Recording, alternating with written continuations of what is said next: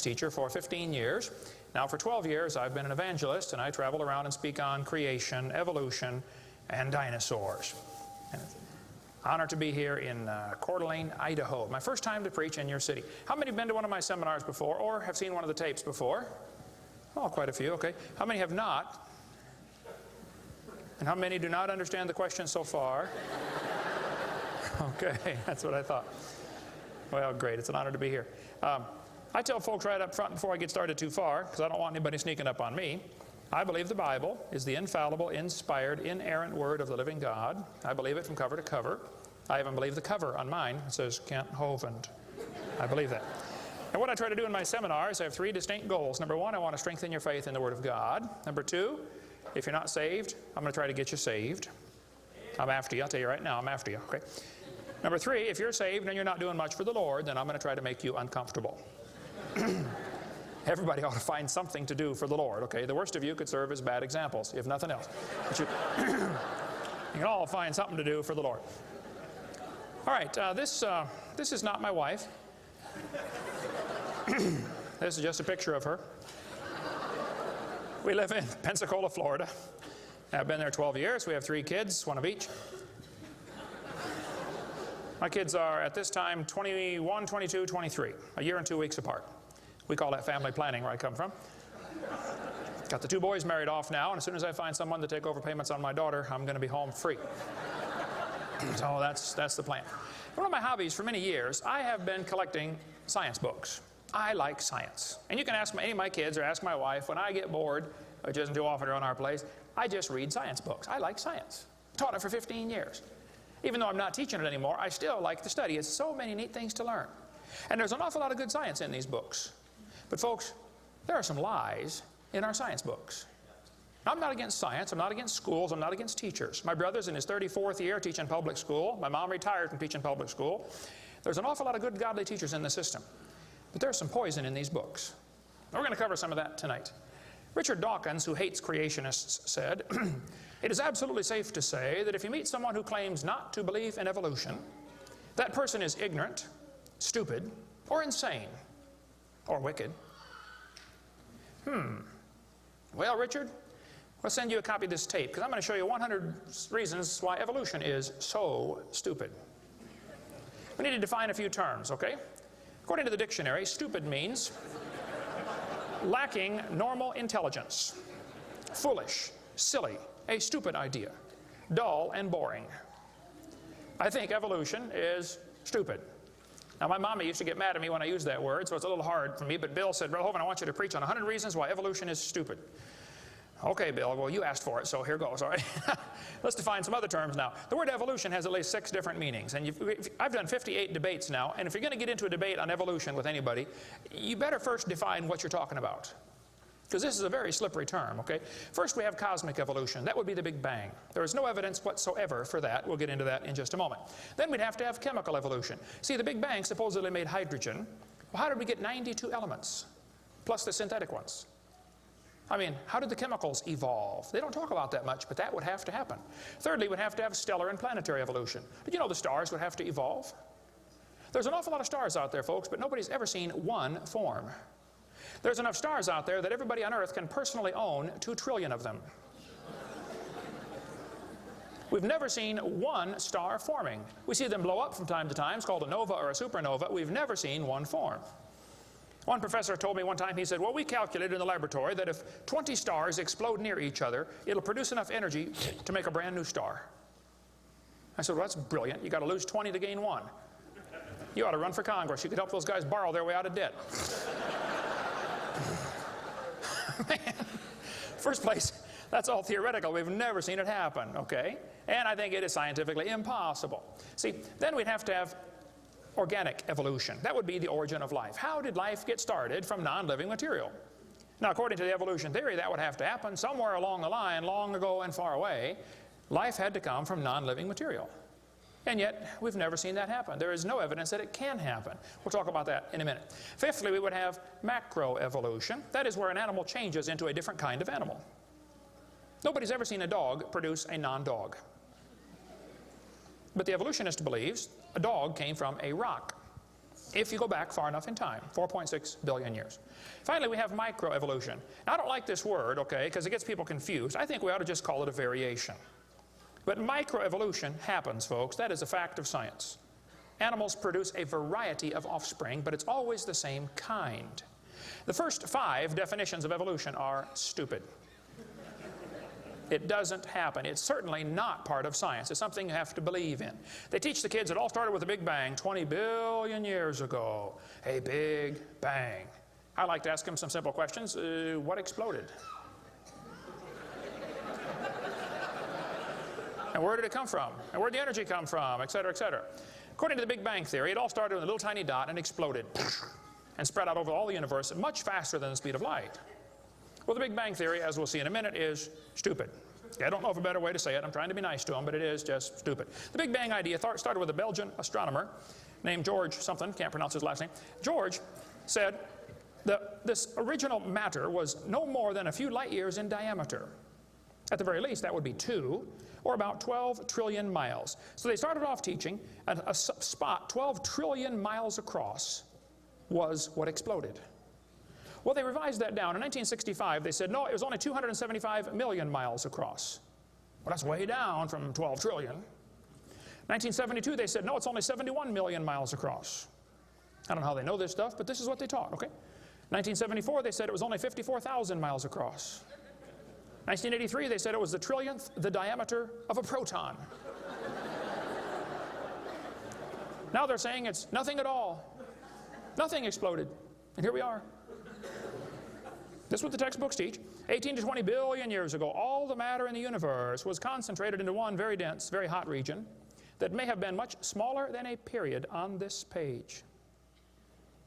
That's stupid. This one says, all of the matter and energy someday will once again be packed into a small area, no bigger than the period at the end of this sentence. Then another big bang will occur. It happens every 80 to 100 billion years. So you can forget about global warming. We're going to get squished. Now this textbook author was brilliant. I could not believe how smart this guy was.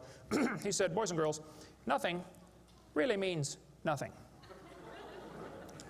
You have to be at least that smart to write a book. He said not only matter and energy would disappear, but also space and time. However, physicists theorize that from this state of nothingness, the universe began in a gigantic explosion. What? Yes, boys and girls, you see, nothing exploded, and here we are. Now, who can argue with logic like that? Man, they even put this in major science journals like Scientific American. This fellow said, the observable universe, that would be us, could have evolved, there's that word again, you got to watch that one, okay, 6 meanings, from an infinitesimal region. In the Greek, that means a dot. It's then tempting to go one step further and speculate that the entire universe evolved from literally nothing. They call that science and put it in a science book. I would call that stupid and put it in the garbage. This is what the books teach. I collect them. I've got hundreds and hundreds of these books from countries all over the world, clear back from 1890s up until the 2001 textbooks. They're teaching this kind of stuff, folks. This one says, all the matter in the universe was drawn into this little tiny dot, and it spun faster and faster. This is what they teach the kids. Some kids doing this for homework tonight, right? It spun faster and faster. One day, it exploded. Big bang. I was talking to a professor from Berkeley one time. I was sitting on the airplane next to a professor from Berkeley University. I don't know if you folks here in Idaho ever heard of Berkeley or not. But Berkeley is not a Bible college. So we got talking about the Big Bang, and he said he believed in the Big Bang Theory. I said, yes, sir, I figured that. You have to teach it in Berkeley. I said, tell me, sir, how did the universe get here? He said, well, 20 billion years ago, all the matter was squished in this little tiny dot, and it was spinning real fast, and it exploded. Big bang. And pieces flew off and became the galaxies and the sun, the moon, the stars, and finally, you know, people. Here we are. I said, sir, could I ask you a couple questions, please? You know, one of my favorite things to do in life is asking questions to people who believe in evolution. I absolutely have a wonderful, that's how this whole ministry started. 12 years ago, I moved to Pensacola, Florida. Some article came out in the newspaper that said, dinosaur bones found in Montana from 80 million years ago. I wrote my first letter to the editor in my life, about 12 years ago. I wrote a letter to the editor. I said, yes, they found dinosaur bones, and yes, it was 40 feet long, and yes, it was found in Montana, but it was not from 80 million years ago. This one probably drowned in the flood in the days of Noah 4,400 years ago. And you would have thought I shot the sacred cow. Actually, I did. Boy, there began to be quite a battle in the newspaper, letters to the editor flying back and forth, and finally a university called me and asked me to do a debate with one of their professors. Well, I'd never had a debate in my life except with my wife, and I lost those every time. So I was not excited about debating, but I said, well, how do you do it? What do you want? And the guy said, well, you send us 30 questions, and the other guy will send in 30 questions, and we'll discuss those questions for the debate. I said, okay. So I sent him 30 questions. I thought they were perfectly legitimate, fair questions. I said, a woodpecker's tongue goes all the way around the back of his head and comes on top of his left eyebrow, left nostril here. Would you please show me any fossils that have been found, intermediate species between a normal bird and a woodpecker, you know, with his tongue going all the way around his head? What evidence do you have of how this evolved? That question never came up. I don't know what happened to it. But I said, termites chew on wood and they swallow it, but termites can't digest it. It goes into their stomach, and there's little tiny critters in their intestines that actually digest the cellulose. Now, those little critters can't live without the termite, and those termites can't live without those critters. Which one evolved first? I thought it was a fair question, but it never came up. I don't know what happened. I think they lost my list. But anyway, one of my favorite things to do is asking questions to people who believe in evolution. So I asked this professor if I could ask him some questions about the Big Bang. He said, sure, what would you like to know? I said, well, sir, you told me 20 billion years ago all the matter in the universe was squished in this little tiny dot, and it was spinning faster and faster and exploded. I said, where did all this matter come from? He said, well, we don't know that for sure. I said, okay, now, sir, hold it. If I told you that I believe about 6,000 years ago God created the heaven and the earth like the Bible teaches, you're going to say, and where did God come from? And I don't know. But you said 20 billion years ago there was a Big Bang, and you don't know where the dirt came from. So basically, I believe in the beginning God, and you believe in the beginning dirt. Don't tell me my theory is religious and yours is science. Oh, no, sir, they're both religious. The news media tries to make it look like it is religion versus science. I did a debate in El Paso, Texas here recently, and the news media wrote an article. They said, religious and scientific leaders debate evolution. What is the unspoken message in that title? What are they trying to imply? Can you catch that? They're trying to imply that evolution is part of science, aren't they? No, evolution is a religion. Actually, both creation and evolution are inherently religious. These two timelines is the same information right here. I'll be referring to that throughout the seminar here. I cover this thing all the time. The Bible teaches about 6,000 years ago, God made everything. 4,400 years ago, there was a big flood that destroyed everything. 2,000 years ago, Jesus came. Here we are today, waiting for the Lord to come back in about 5 minutes. This is the Bible view of history. On this chart, 1 inch is 150 years. That's a long time. The 20 billion year chart on the bottom is a very different scale. But see, both views, creation and evolution, are inherently religious. You have to believe in creation or believe in evolution. The difference between the two, though, is very simple. The evolution religion is tax supported. That's the difference. By the way, if I was to make that bottom chart the same scale as the top chart, the bottom chart actually needs to be 2,100 miles long. That's from Pensacola to Portland, Oregon. I don't want to carry a chart that big, so I made a new scale for the other one, okay? If they want to believe it happened long ago and far away, they're welcome to believe that, but that's not science. Evolution is a religious worldview, and I think it is stupid. So I asked the professor, where did the matter come from? He said, I don't know. I said, well, sir, would you please tell me where the laws came from? The universe is run by laws, gravity, centrifugal force, inertia. Who gave the laws? He said, we don't know that either. I said, sir, could you tell me where the energy came from? You know, it takes energy to make a big bang. Who bought the gas to run this machine anyway? He said, we don't know that either. I said, sir, could I ask you another question? He said, sure. What else would you like to know? What else? What do you mean else? You haven't told me nothing yet. I said, does Berkeley have a merry-go-round? How many of you know what a merry-go-round is? You go round, round, round till you puke, okay? He said, no, we don't have a merry-go-round at Berkeley. I said, you ought to get one. You could learn some good science on a merry-go-round. If you put some fourth graders on a merry-go-round, are there any fourth graders in here tonight? Who's in fourth grade? All right, I like fourth graders. I spent the best 5 years of my life in the fourth grade.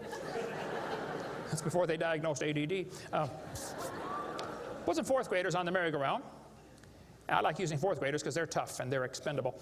And we're going to get the high school football team out there to get that thing spinning clockwise as fast as it will possibly go. Now, if you have a digital watch, you may not know what clockwise means. I'll explain it later. We're going to spin the merry-go-round clockwise. The kids are going to go through 4 phases. They start off in phase 1. They're screaming at the football players. Come on, let's go, faster, faster. Can't you go any faster?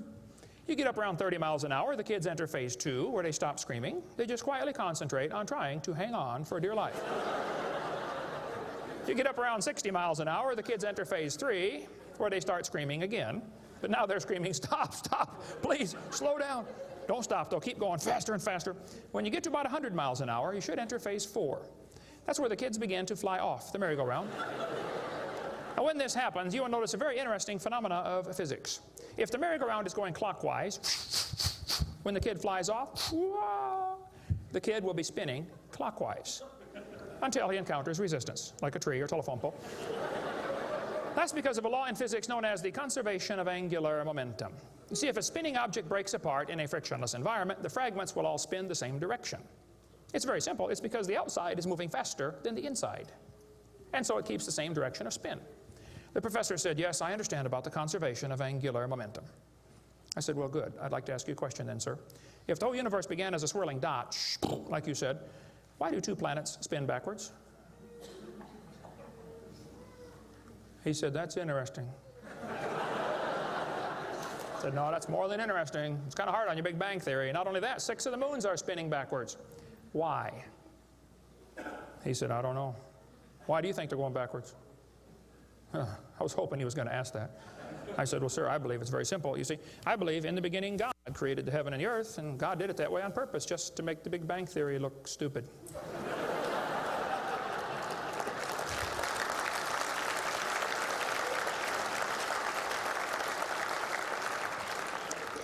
I do believe in the Big Bang, folks. I really do. The Bible teaches the Big Bang. 2 Peter 3:10 says, the heavens shall pass away with a great noise. In the original Greek, that's a Big Bang. So there's going to be a Big Bang. It just didn't happen yet, that's all. So kids, if you go to school and some professor says, do you believe in the Big Bang? You should say, yes, I do, and you better get saved and get ready for it. The Big Bang is coming soon to a city near you. By the way, if the Big Bang Theory were true, the matter would be evenly distributed. But it's not. It's lumpy. They're called galaxies, and in zillions of miles and nothing called voids. And to try to salvage the dumb Big Bang Theory, they've got all these wild theories of why isn't the matter evenly distributed? They'll say, well, maybe there's black holes, or maybe there's antimatter. They got all this stuff. It's all trying to rescue this crazy Big Bang Theory. And it's a dud, folks. It didn't happen. There are zillions of stars out there. I mean, lots and lots of stars. And we haven't even seen them all. If star births, they ought to at least equal star deaths, and they don't. We see a star blow up about every 30 years. It's called a nova or a supernova. Well, then how come there are only 300 dead stars out there that we can see, supernovas? That's only a few thousand years worth, isn't it? There ought to be trillions of them, if evolution were true. This fellow said, I have a little hesitation in saying that a sickly pall now hangs over the Big Bang Theory. Yep. I think it is stupid. Now, if you want to believe it, that's fine. I don't care what anybody believes. That doesn't bother me. But see, the problem is they want to use my tax dollars to teach that to your kids in our schools. And that's where the problem comes in. Okay? If you want to believe in the Big Bang, just enjoy yourself. But keep your religion at home. Okay? Because it is a religion. Then they tell the kids the earth formed from a hot molten mass 4.6 billion years ago. This is part of the theory, and it's in all the textbooks. 4.6 billion years ago, earth cooled down, formed a rocky crust. I think that is stupid, and I'll show you why. Was the earth ever really a hot molten mass 4.6 billion years ago, and it cooled down? This textbook says, as earth formed, the surface was like the moon. There were hot pools of bubbling lava. I don't think so. My Bible says the Spirit of God moved upon the face of the waters. So the earth was not created a hot molten mass. It was created under water, which means it has to be less than 212 degrees Fahrenheit or 100 degrees centigrade, or it wouldn't be water, it'd be steam. So the earth was never a hot molten mass according to Scripture. Then when you look in the granite rocks, you find little tiny halos made of polonium. Now these polonium halos are absolutely amazing.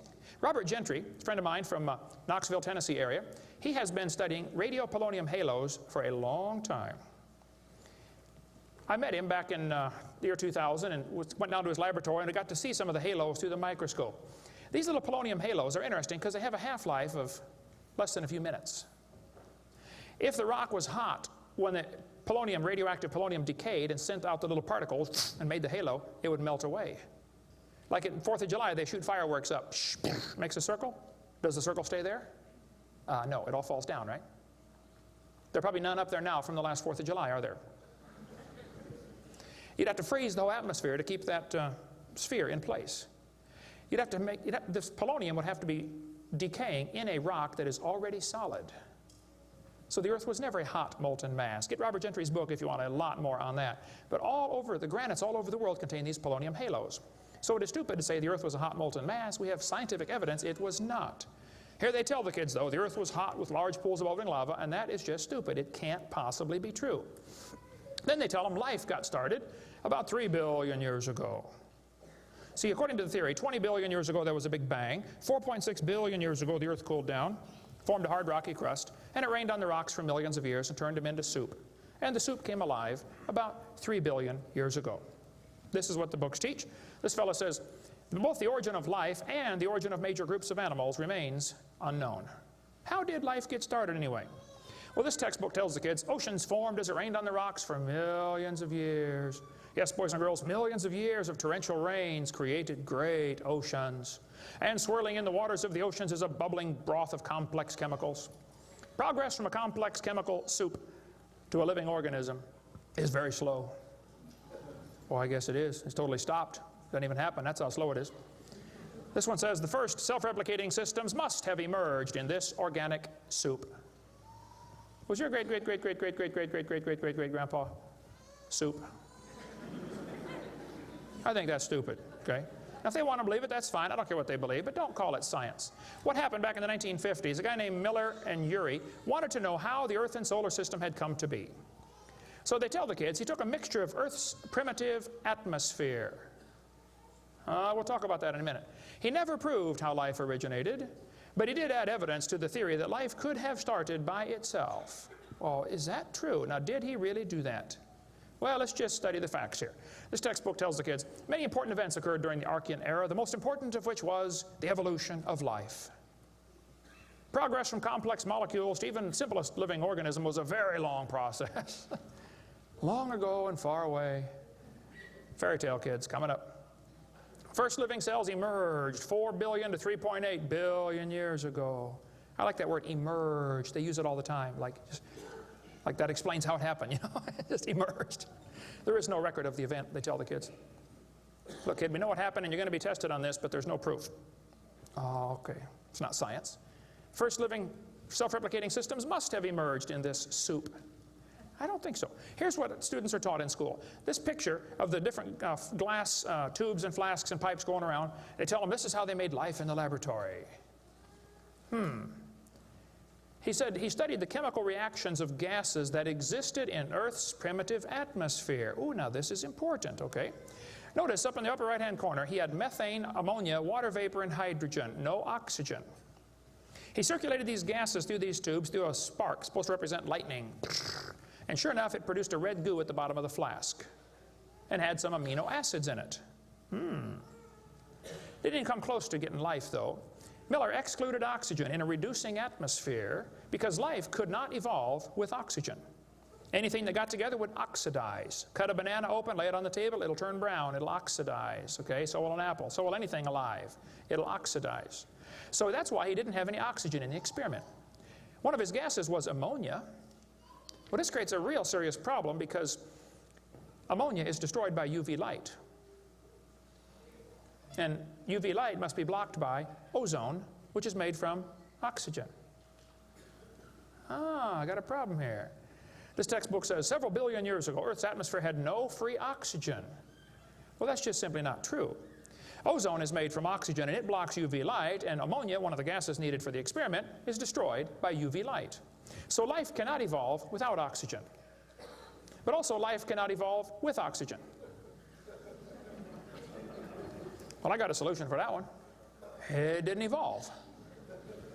And by the way, the Earth has always had oxygen, even more than it does today, okay? Air bubbles are often found trapped in amber, like the movie Jurassic Park, you know, where they drilled in and got the mosquito blood. These air bubbles, though, have 50% more oxygen than we do right now.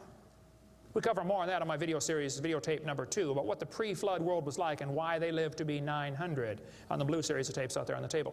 But this textbook says the mixture at the bottom of the flask was rich in amino acids. Oh, come on, that is stupid. It was not rich in amino acids. Let's tell the kids what they really found, okay? He filtered out the product.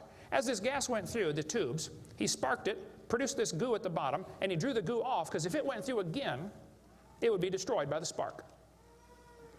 Now, in real life, you're not going to get a section of the ocean protected. They say this just happened by chance in the ocean. You can't filter out the product then. Secondly, what he made was 85% tar, 13% carboxylic acid, 2% amino acids. So 98% of his mixture was poisonous to life. I would not call that a success. And there are 20 different amino acids, sort of like 26 letters in the alphabet. There are 20 amino acids. Those amino acids go together to make proteins, like letters go together to make sentences. Mostly he made just 2 of these amino acids. And they bond with the tar and the acid very quickly, more readily than with each other. It was a failure as an experiment. Amino acids are like letters of the alphabet, sort of like building blocks. You have to have a bunch of amino acids to make a protein. Then you have to have a bunch of proteins to make a cell. And you got to have a bunch of cells to make an organism. And one cell is more complex than a space shuttle. And all he got was a couple of the amino acids. That's like me dropping toothpicks, and I happen to make a few letters of the alphabet. That's possible, isn't it? Toothpicks could fall in the shape of a T, or an H, or an I, or an E. That's possible. But if I'm able to drop toothpicks and produce a few letters of the alphabet, should I therefore conclude that nobody wrote Webster's dictionary? The difference between making a letter with toothpicks and making Webster's dictionary is about like making an amino acid and making a living cell. He didn't come close to making life. He made the equivalent of a few letters, and he actually needed to make huge books. And half of his letters were backwards, left-handed. This creates a real problem, since the simplest proteins, the smallest proteins, have 70 to 100 amino acids, all of them left-handed. This really compounds his problem. RNA and DNA are all right-handed molecules, and they are unbelievably complex. And hundreds of these amino acids must combine to make a protein, and this has to be in a precise order. And they unbond in water much faster than they bond, and last time I checked, the oceans are completely full of water. So Brownian motion is going to drive them away from each other, not together. It just isn't going to work. He did not make life in the laboratory. But they tell the kids, he showed how life could have started by itself. Oh, that is just a stupid, okay? That's a lie. He did not show anything of the kind. And every experiment since then has made the problem worse. They're finding more and more things that just couldn't happen. Don't call that science. But they tell the kids, you know, 3 billion years ago, life appeared on Earth. Asked me to speak at this college in Boston one time. This preacher called all the colleges and universities around Boston and said, would you like to have Kent Hovind come speak at your college? Finally, one professor said, yes, he can come speak at our school if our professors can ask him any questions they want, because we want to show our students how dumb these creationists really are. So the preacher called me and said, Brother Hovind, would you like to speak at this college and let them make fun of you for a couple hours? I said, I would be honored. So I showed up. There were 6 professors and all their students. You know, I felt like Daniel in the lion's den. I got my charts out and I said, now folks, I believe the Bible. Nobody cheered. I said, I believe about 6,000 years ago God made everything. The world's not millions of years old. 4.6 billion years ago, there was a big flood. I'm sorry, 4,400 years ago, there was a big flood, not 4.6. And 2,000 years ago, Jesus came, and I gave them the basic Bible story, okay? Then I told them what they believe. Because most of them don't know what they believe, you have to tell them. You guys believe 20 billion years ago there was a big bang where nothing exploded and produced everything. 4.6 billion years ago the earth cooled down, made a hard rocky crust. It rained on the rocks for millions of years, turned them into soup, and the soup came alive 3 billion years ago. And this early life form found somebody to marry. Boy, now that's a good trick. And something to eat, of course, and slowly evolved into everything we see today. One professor was getting kind of upset about this time. I seem to do that to them. He said, Mr. Hovind, there are hundreds of varieties of dogs in the world. I said, yes, sir, you're right about that. He said, you mean to tell me that you believe all these dogs came from 2 dogs off a Noah's Ark? You expect me to believe that? Ha, ha, ha. I said, sir, would you look at what you're teaching your students? You're teaching your students that all the dogs in the world came from a rock.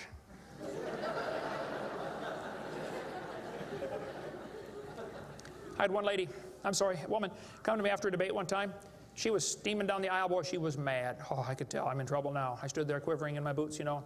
She walked up and she said, "Tonight, you said, we believe we come from a rock. We do not believe that."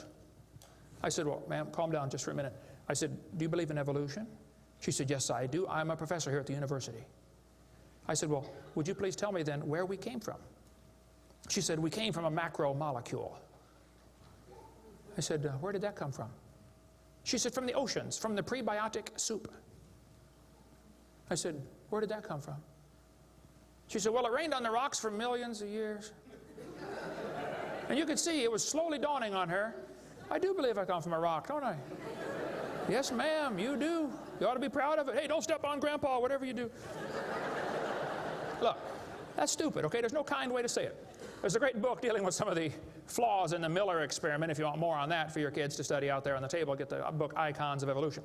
Then they tell the kids that these plants and animals, not only did life evolve from non-living material, then this life had to learn to reproduce itself. Why would any organism want to reproduce more of its own kind when that's only going to increase competition for the food supply? Why didn't they instead evolve the ability to live forever and be happy? Huh? You ever think about that? I was in a debate one time, and we had question and answer time at the end. The student stood up and he said to the evolutionist, he said, "Sir, how did male and female evolve?" The professor got up and he said, "Well, that is a giant mother may I step in the evolution story." A mother may I step? This is science. Wow. Well, so according to them, you know, for the next few billion years or hundreds of millions of years, you know, life learned to produce something other than its own kind. Of course, today everything only produces its own kind, but they say long ago and far away, they were able to do something different. Textbooks will say we started like a bacteria and slowly evolved to a human. I think that's stupid, but if you want to believe that, that's perfectly fine. Those trees of life that they put in the textbooks for your kids are a bunch of nonsense. And even evolutionists will admit that. Stephen Jay Gould, the Marxist professor at Harvard University, he says that evolutionary trees that adorn our textbooks are not the evidence of fossils. It's only inference. We infer, we imply, we hope it happened this way. This textbook says, all the many forms of life on Earth today are descended from a common ancestor. What? You mean the birds and the bananas have a common ancestor? Isn't that what he says? Found in a population of primitive unicellular organisms. Well, in the first place, there's no such thing as a primitive unicellular organism, okay? One single cell is more complex than a space shuttle. There's no such thing as a primitive single-celled organism. We talk about that on video number 4 of our series. But he says, all the forms of life are descended from a common ancestor found in a population of primitive unicellular organisms. What were those first cells like? How do we know? What events led up to their formation? No traces of those events remain. Did you catch that?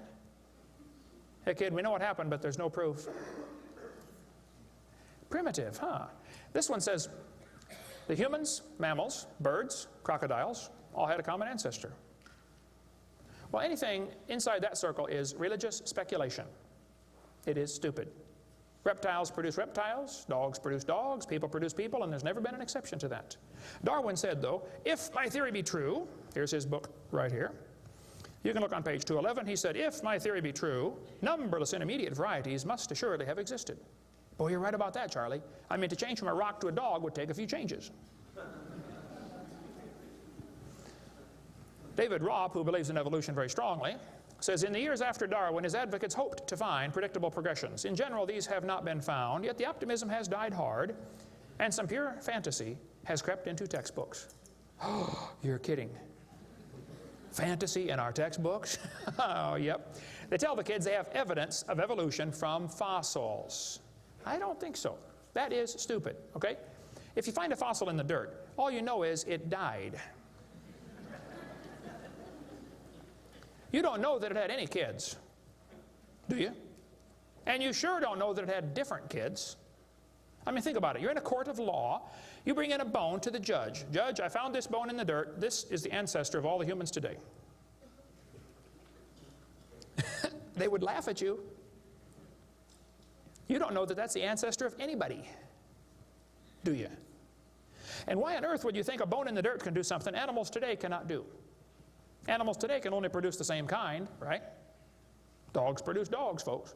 Luther Sunderland asked all the major evolutionists, he said, where is the evidence for evolution? They all said, well, somebody else has it. We don't have it over here. So he wrote a letter to Colin Patterson. He's the director of the British Museum of Natural History. They've got the largest fossil collection in the world. He said, Mr. Patterson, I read your book on evolution. I noticed you didn't show us the missing links. Why didn't you show us the missing links? Patterson wrote back and said, I fully agree with your comments on the lack of evolutionary transitions in my book. If I knew of any, fossil or living, I would certainly have included them. I will lay it on the line, there is not one such fossil. There are no missing links, folks. The whole chain is missing. Even Stephen Gould admitted the absence of fossil evidence for intermediary stages is a persistent and nagging problem for evolution. We got the theory, we know it's true, now we just need the evidence. That's the way they think about it. Goldschmidt said, maybe the first bird hatched from a reptile egg. Oh, Richard, I'm sorry. I don't mean to be disrespectful, but that's stupid.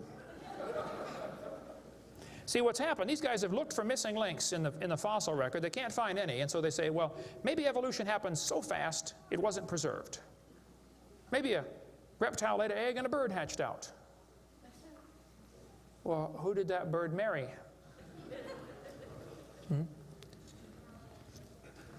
There's only about a zillion differences between a reptile and a bird. We'll get into that later sometime if we get time. But if they want to believe that, that's perfectly fine. Here's what happened. Charlie Darwin graduated from Bible college to be a preacher in the Anglican Church in 1830. He couldn't get a job, so his dad pulled a few strings and got him a job on board HMS Beagle. He's going to sail around the world and collect bugs. And while he's sailing around, he stopped off at these islands right there called the Galapagos Islands. There on those islands, Charlie noticed there were 14 different varieties of finches. Charlie studied the birds very carefully and said, you know what, I think all these birds had a common ancestor. I bet you're right, Charlie. It was a bird. And then Charlie said in his book on page 170, he said, it is a truly wonderful fact that all animals and all plants throughout all time and space should be related to each other. Now, hold on a minute. You see 14 kinds of birds, and you conclude that birds and bananas are related. That's stupid. You should conclude that those 14 kinds of birds had a common ancestor, but that's as far as it ever goes, folks, okay? I don't know of a kind way to say it, Charlie, but that's stupid. Okay, we don't ever see a bird produce a non-bird. See, dogs produce dogs, and you might get quite a variety of dogs. Roses produce roses. That is called microevolution. Now, that is a fact, folks. It happens. It is observable. It is scientific. I don't think we ought to use that word, microevolution. We should just call it a variation. But they use it so, just so I qualify that. It's a lousy term. It gives what's called a free rider effect to the rest of the 5 religious ideas of evolution. You might get a big dog or a little dog, but you're always going to get a dog when you crossbreed your dogs. And I would go so far as to say probably the dog, the wolf, and the coyote had a common ancestor. This Irish textbook shows different dogs, and it calls it divergent evolution. Oh, come on, giving it a fancy name doesn't change a thing. It is still a dog. And a 3-year-old can tell you. Anybody in here 5 years old? Who's 5 years old? 5 years old. What's your name? Misty. Here we have a dog, a wolf, a coyote, and a banana. Which one is not like the others? Dog, wolf, coyote, and banana. Banana. All right, let's give Misty a hand. Very good. The other ones. Some of these college professors can't tell. Look, there's a variety of dogs, folks, and they probably had a common ancestor. It was a dog, okay? It's just a dog. See, variations happen within the dog kind. You get a big dog or a little dog, but there are limits to these variations. Haven't the farmers been trying to breed for bigger pigs for a long time? They try to get the biggest pig they can, don't they? Do you think they'll ever get a pig as big as Texas? I bet there's a limit in there somewhere, isn't there? Roaches become resistant to pesticides after a while. Do you think they'll ever become resistant to a sledgehammer? I bet there's a limit. Yeah, okay. They still produce the same kind of plant or animal. That's not evolution. That's just a variation of the same kind, okay? And the information for that variety was already present in the gene pool. No new information is ever added. The dogs or the pigs don't learn to fly or become pink.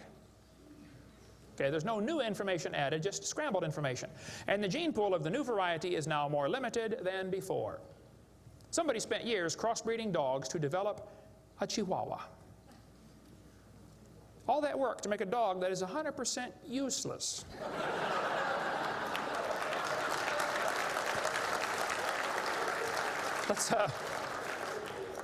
Let's turn all the Chihuahuas in the world loose back into the woods. How long would they last? They'd run up to the wolf. Yep, yep, yep, yep, yep. Crunch. Go ahead, make my day. A useless dog. Genetic information was lost when you got your variation. It wasn't added. You might have selected a certain slice of the gene pool with small dog, quick characteristics, but you didn't add anything. You selected something from the population. I come from Illinois, corn country. There are so many kinds of corn up there, they have to number them. You'll be driving down the highway, you'll see BX65, don't mix it up with XL29, something will blow up. But I'll tell you what, folks, you can crossbreed your corn from now till the cows come home, and you always get corn. You will never get a hamster or a tomato or a whale to grow on that corn stalk, okay? It won't happen. There's a variety of cows, and they probably had a common ancestor. It was a cow. Variety of horses, no question. Probably the zebra and the horse had a common ancestor. But the kids are going to be taught in school tomorrow in your town that the horse used to have 4 toes. Well, there's some things they don't tell the kids about this Eohippus to Equus series, which has been proven wrong 50 years ago, but still is in your textbooks right here in this town. They don't tell them the original so-called horse is the size of a fox. It was a meat eater and had 18 pairs of ribs. The next one had 15 pairs of ribs. A couple of trips through the buzzsaw did that. And then it miraculously grew back 19 pairs of ribs as it evolved, and then back to 18. They also don't tell them the whole thing's been proven wrong a long time ago. Like this guy says in a biology textbook, other examples like the gradual evolution of the horse have not held up under close examination.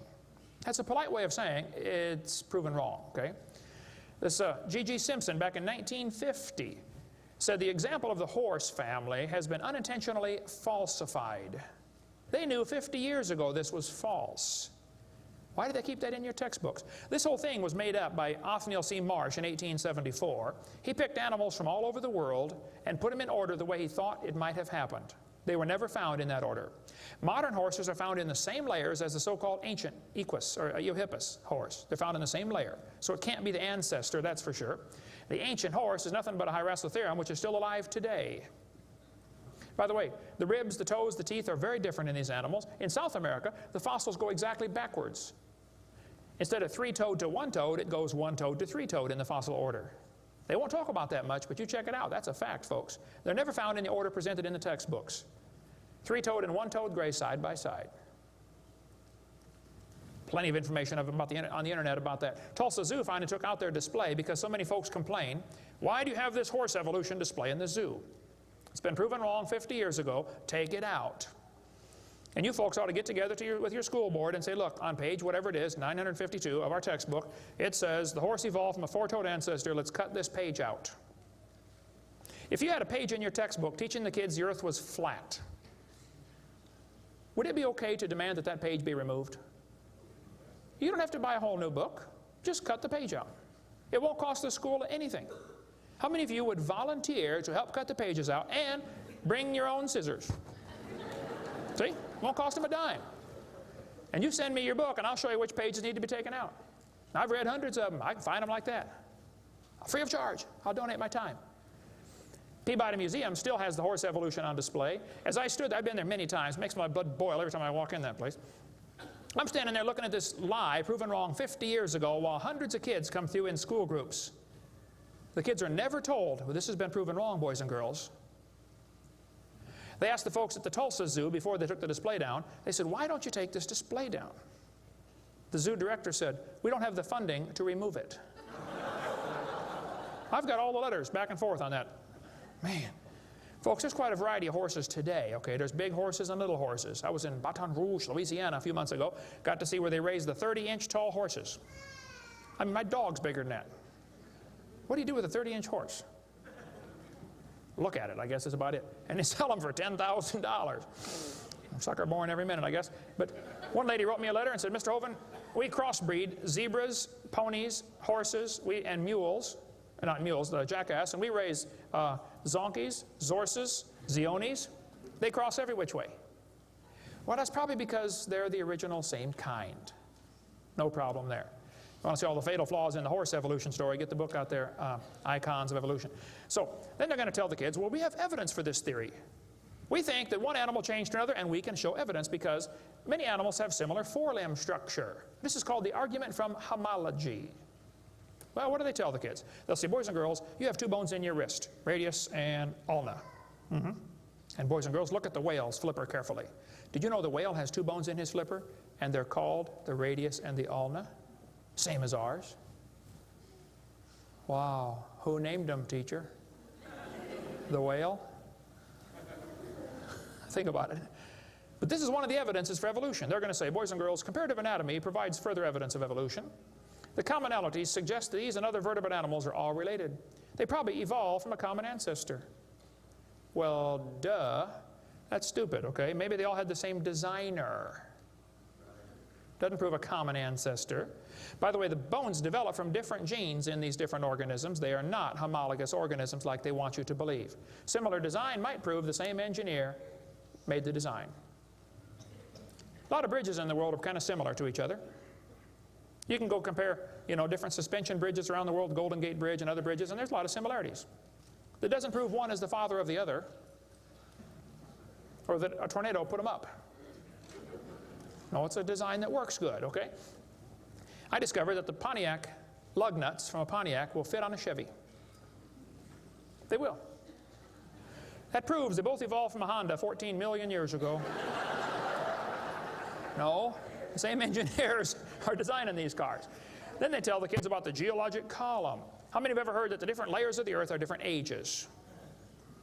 They show the kids Grand Canyon. Yes, boys and girls, this one says, over millions of years, the Colorado River has carved the Grand Canyon from solid rock. I'm sorry, but that is stupid, okay? I'll explain why. Kids, you need to learn this. This is a very simple thing to learn, and you'll go through life much further than many of these professors go. Make yourself 3 columns. Facts are in the middle. It's a fact Grand Canyon exists. The evolutionist has an interpretation of that fact, and the creationist has an interpretation of the fact. That's not part of the fact, it's an interpretation of the fact. The evolutionist says the canyon formed slowly by a little bit of water and lots of time. The creationist says, oh no, we think it formed quickly by lots of water and a little bit of time. It's a fact the earth has sedimentary layers. That's not a question. How did they get there? Well, the evolutionist says these layers formed slowly over millions of years. The creationist says, no, these layers are all from the flood in the days of Noah. Now, it seems like the professors are always trying to erase the line between their interpretation and the fact and make their interpretation part of the fact column, and it's not. And I think I can demonstrate Grand Canyon was not formed by the Colorado River. I was in a debate recently, and this professor said, Dr. Hovind, you're so stupid. Obviously, it took millions of years to form the Grand Canyon. I said, well, sir, I've seen Grand Canyon many times. I taught earth science for 15 years. I've studied it intensively. Just flew over it last week, as a matter of fact, twice. Got a perfect view of it going out to California and back, flying from wherever I was, Florida. That's where I live.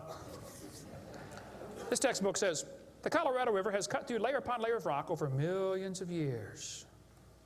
Well, if you built a dam across Grand Canyon, it would take a lot of dirt or concrete, but if you could, okay, it'd be a huge dam. A giant lake would back up behind that dam, covering several states. That purple area is all drained right through the Grand Canyon drainage basin. This snow line tells a very interesting story. In between these 2 red lines is snow. This is a picture from a satellite showing about 150 or 200 miles of the canyon area. Real wide shot. The river enters the canyon at the far right. The river is 2,800 feet above sea level. As it goes down through the canyon, the ground is rising up. It's called the Kaibab uplift, okay? The uplift is 7,000 or 8,000 feet above sea level. Interesting. The river flows downhill. All rivers flow downhill. So as the river enters the canyon and flows downhill from there, when it gets to the 1,800-foot elevation mark, the The top of the canyon is 7,000 or 8,000 feet above sea level, so it's over a 1-mile drop. Very impressive, hole in the ground. But some points to ponder. I said to the professor, I said, sir, did you know the top is higher than the bottom? He said, yeah. I said, did you know the river only runs through the bottom? He said, yeah. I said, sir, the top is higher than where the river enters the canyon by 4,000 feet. Rivers don't flow uphill. There's no delta. Where's all the mud that washed out? There's no way that river made that canyon. Grand Canyon is a breached dam, a spillway that washed out. There was a lake probably for some length of time after the flood and got too full and all that water went roaring through there. Probably carved that canyon out in a couple of weeks. Not millions of years. Absolutely impossible for that river to have made that canyon. We cover lots more on that on videotape number 6 of our series. But they tell the kids, the Colorado River made this canyon slowly over millions of years. I'm sorry, that is stupid. That can't possibly be true. They need to learn the facts. Charlie Lyell, back in 1830, he was a lawyer from Scotland. Somebody calculated one time that if all the lawyers in the world were laid end to end around the equator, we would all be better off.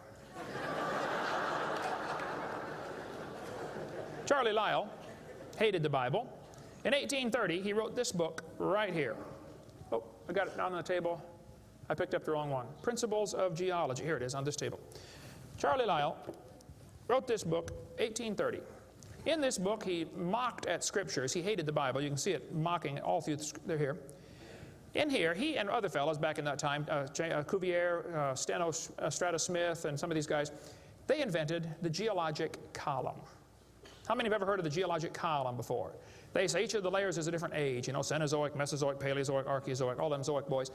And they gave each layer of rock a name, like maybe you saw the movie Jurassic Park, and an age, and an index fossil. This was done in 1830, way before there ever was a carbon dating or potassium argon dating or lead-208, lead-206, uranium-235, uranium-238. Didn't exist, folks. The dating text didn't exist. They just made up these numbers out of the clear blue sky. The geologic column is the Bible for the evolutionist. It can only be found one place in the world, the textbooks. There's no geologic column, and they know it. This fellow says, if there were a column of sediments, unfortunately, no such column exists. The geologic column is a hoax. Does not exist. It is stupid. Those layers cannot be different ages. If the geologic column were all in one place, it would be 100 miles thick. Didn't happen. By the way, if the geologic column were true, if you look at the side of Grand Canyon and see all these thousands of layers, why are there no erosion marks between the layers? Don't you think if one layer sat there for 10 million years waiting for the next one, it would rain once or twice? No erosion marks between the layers. Interesting. Oh, something to consider anyway. Those layers were all deposited very rapidly, and I think we can demonstrate that scientifically. If you take a jar of dirt, put some water in it and shake it up, and set it down, it'll settle into layers for you automatically. It just takes a few minutes. It's called hydrologic sorting. The gravels go to the bottom, and then the sands and the silts and the clays. It'll sort just like that, folks. Go home and do it with a jar. You'll see what I'm talking about. Years ago, I was preaching in Union Center, South Dakota. Union Center is right there. It's not even on the map. There are 40 people in the whole town. 38 of them came to church. I don't know where the other 2 were. But they showed up later, I guess. But the preacher said, hey, Brother Hovind, let's go down to Rapid City, South Dakota. They've got a museum down there with a bunch of dinosaur bones. I said, all right, I like dinosaurs, let's go. So we all drove down to the museum. The guide met us at the door. He said, would you like me to give you a tour? We said, that would be great, sir. The first place we stopped on the tour was the geologic time scale, the big chart. They got it behind glass so the kids can't touch it. You know, this is holy, sacred. And the guide said, now, boys and girls, this layer of rock right here is about 70 million years old. My daughter was 12 at the time. She raised her hand. She said, mister, how do you know that layer is 70 million years old? He said, well, honey, we tell the age of the layers by what kind of fossils we find in them. They're called index fossils. Oh, she said, thank you, sir. We walked around the other side of the dinosaur, and we're standing over here, and the guide said, now, folks, these bones you're looking at are about 100 million years old. My daughter raised her hand again. She said, mister, how do you know those bones are 100 million years old? He said, honey, that's a good question. We tell the age of the bones by which layer they come from. She said, excuse me, sir, but when we were standing over there, you told me you knew the age of the layers by the bones, and now you're telling me you know the age of the bones by the layers. She said, isn't that circular reasoning? I thought, wow, a chip off the old block. That guide had the strangest look on his face. It was almost as if he were thinking.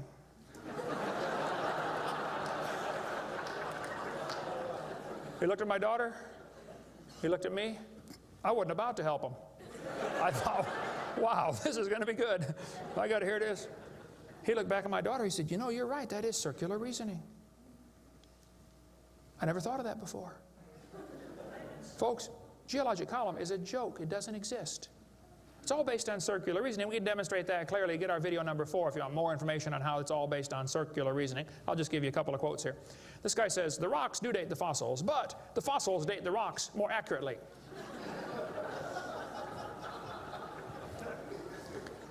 Stratigraphy cannot avoid this kind of reasoning if it insists on using only temporal concepts because circularity is inherent. You have to use circular reasoning to get it right.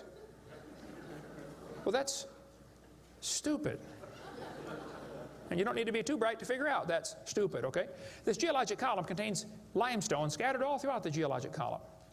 I like to ask him the question, I say, fellows, you have limestone scattered all through this column. How do you know the age? It's all limestone. I mean, if I handed you a piece of limestone, how would you know if it's 100 million year old Jurassic limestone or 600 million year old Cambrian limestone? I mean, how would you tell the difference? There's only one way they can tell, by the index fossils. That's how it's done, folks. That is stupid. Because those fossils don't count for anything, as we'll see in a minute. They tell the kids each of these layers is a different age. 100 million, 200 million, 300 million, real impressive, huge numbers. Now, Charlie Darwin did not like round numbers. He wanted to be more precise. He said the Wealdian deposits are 306,662,400 years old. Now, okay, Charlie, I think that's stupid. Those layers are not different ages, folks. All over the world we find petrified trees standing up, running through multiple rock layers. Now, if you get a petrified tree standing up, running through different rock layers, I don't think it's smart to say those layers are vastly different ages. Petrified trees in the vertical position, they find them all over the world. Okay, here's one from Alabama, come out of a seam of coal through 20 feet of rock into another seam of coal.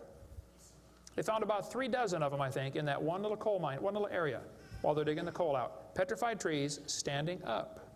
Cookeville, Tennessee, they found a bunch of them. This one's 30 feet tall, standing up. Joggins, Nova Scotia is famous for their petrified trees standing up in the vertical position. All over the area there, folks.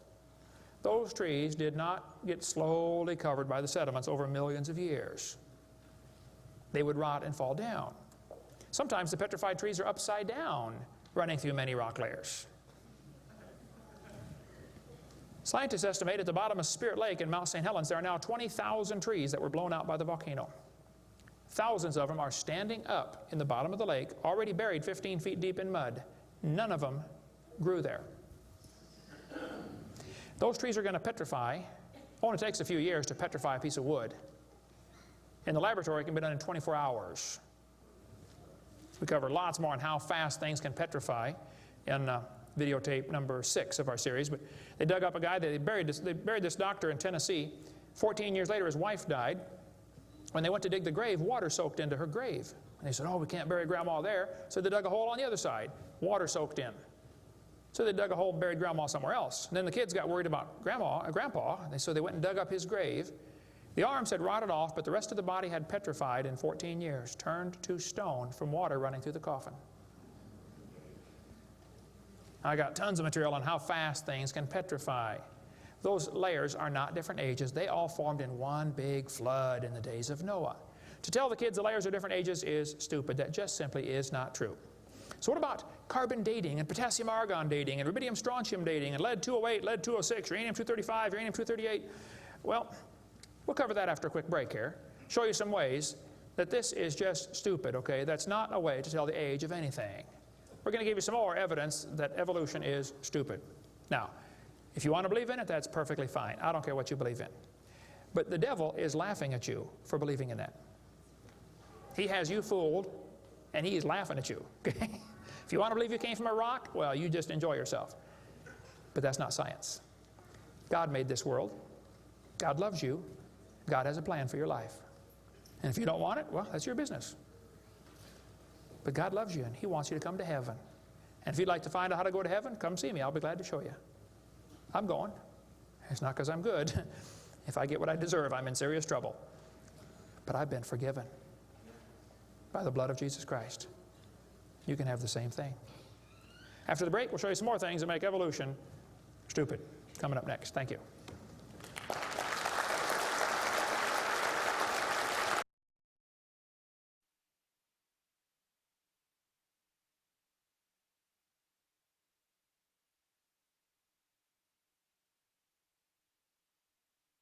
In the early 1950s, actually the late 1940s, they invented carbon dating. We're going to explain a little bit about radiometric dating and how it's supposed to work, and then show you that it does not work, okay? The Earth's atmosphere is about 100 miles thick, and we're also protected by a magnetic field. Radiation from the sun and from the stars, mostly from the sun, goes right through that magnetic field, some of it does, and hits the atmosphere and produces carbon-14. Carbon-14 is radioactive. Normally, carbon is atomic number 6, which gives it atomic weight of 12. But this nitrogen, which is right next door to carbon, gets struck by radiation and it turns it into carbon-14. Now, carbon-14 is unstable. It is radioactive. It's always breaking apart. And you can hear it like with a Geiger counter, you know, click, click, click, click, just like uranium, because it's decaying.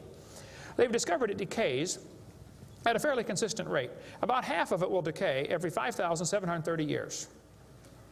Which means if I gave you a pile of carbon-14, 5,730 years later, half of it would turn back to nitrogen. The rest would still be carbon-14. Theoretically, it's a random event, but it could, that's probably how long it would take. During photosynthesis, plants are breathing in carbon dioxide, and this radioactive carbon is mixed in with the regular carbon. The plant doesn't seem to know or care if it's getting radioactive carbon or regular carbon. It just takes it right in. Animals eat the plants and make it part of their body.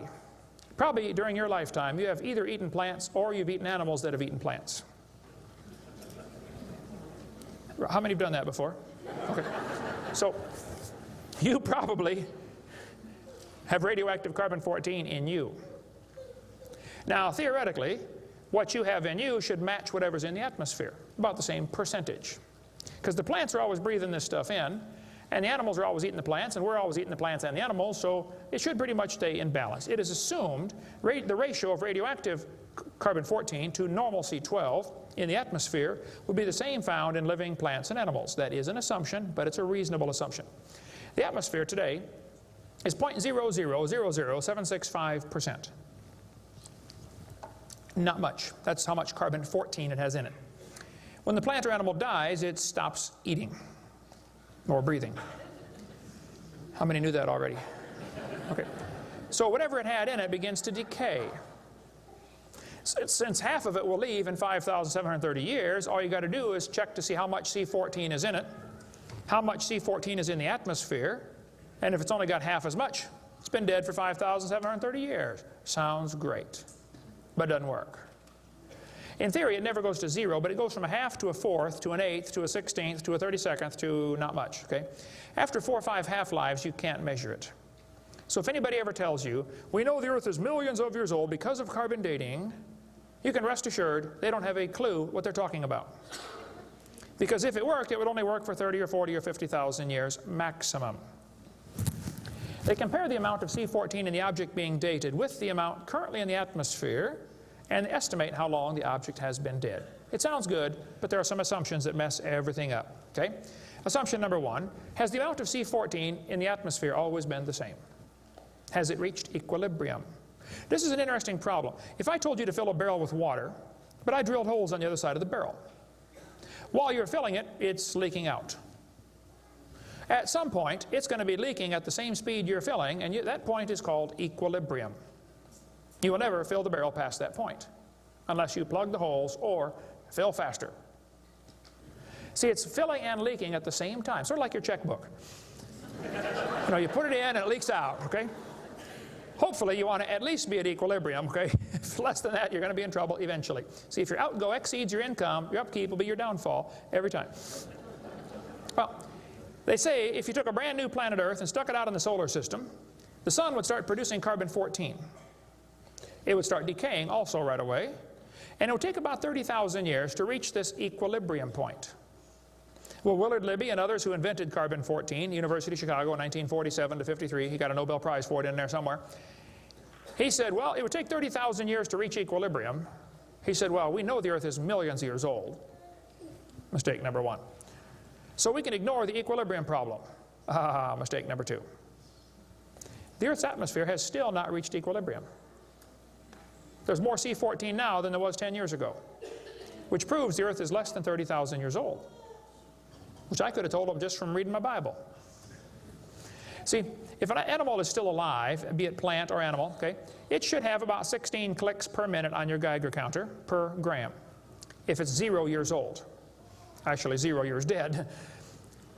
If it's getting only 8 clicks per minute, then it's 5,730 years old. If it's giving you 4 clicks per minute, it's gone through 2 half-lives, it's 11,000 years old. If it's 2 clicks per minute, it's 17,000 years old. This is how they date it. So if you're getting 2.5 clicks per minute, you just find the point on your graph and draw the line over and determine the age. Sounds real simple, but it doesn't work. If we had walked into a room and found a candle burning on the table, and I asked you the question, when was it lit? You say, I don't know, Mr. Hovind, it's burning when I got here. Okay, well then let's do some empirical science. Empirical science is things we can test and measure and observe and test. Not theoretical, I mean empirical. We can measure it and weigh it. Let's measure the height of the candle. Suppose the candle is 7 inches tall. Who can tell me when it was lit? Okay, nobody. Let's do some more empirical science. Let's measure the rate of burn. Suppose we determine it's burning an inch an hour. When was it lit?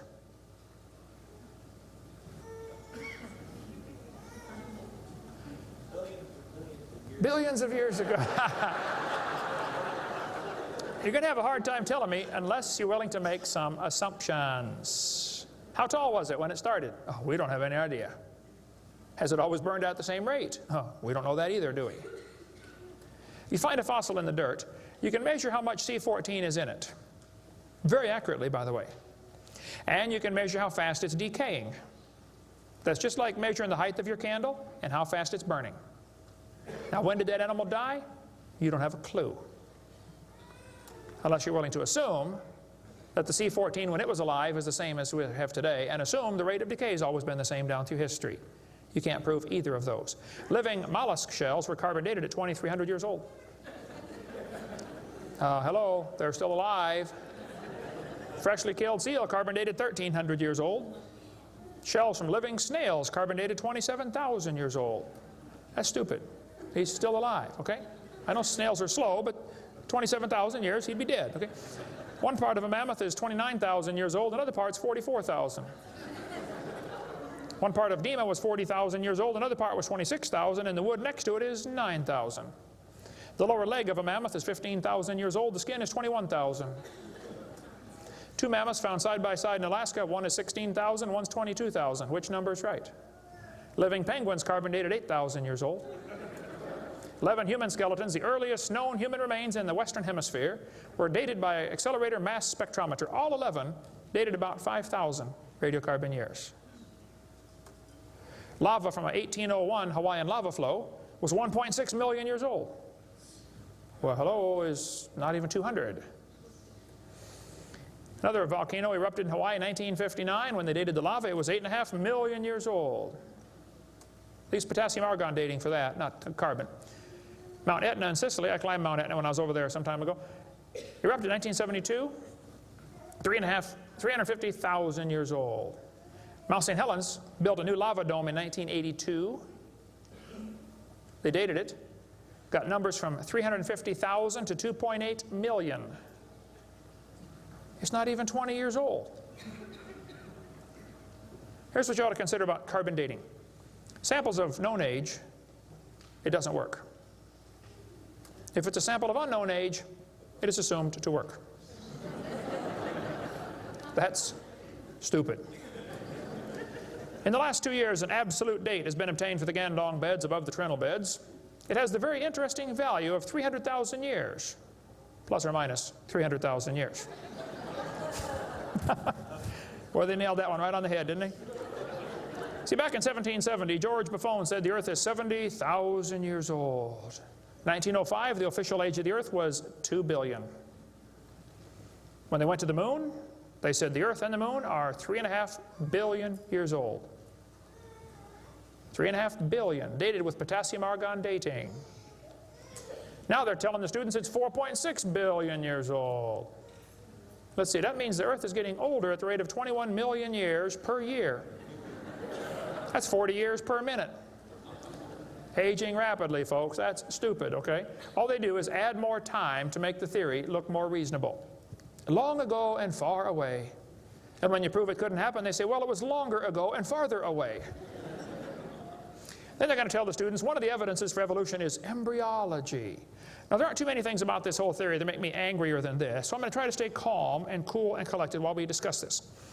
Ernst Haeckel, an embryology professor at University of Jena in Germany, loved evolution theory. When Darwin's book came out, Ernst Haeckel read that book the next year and said, wow, this is a great theory. All we need now is some evidence. 9 years later, they still had no evidence.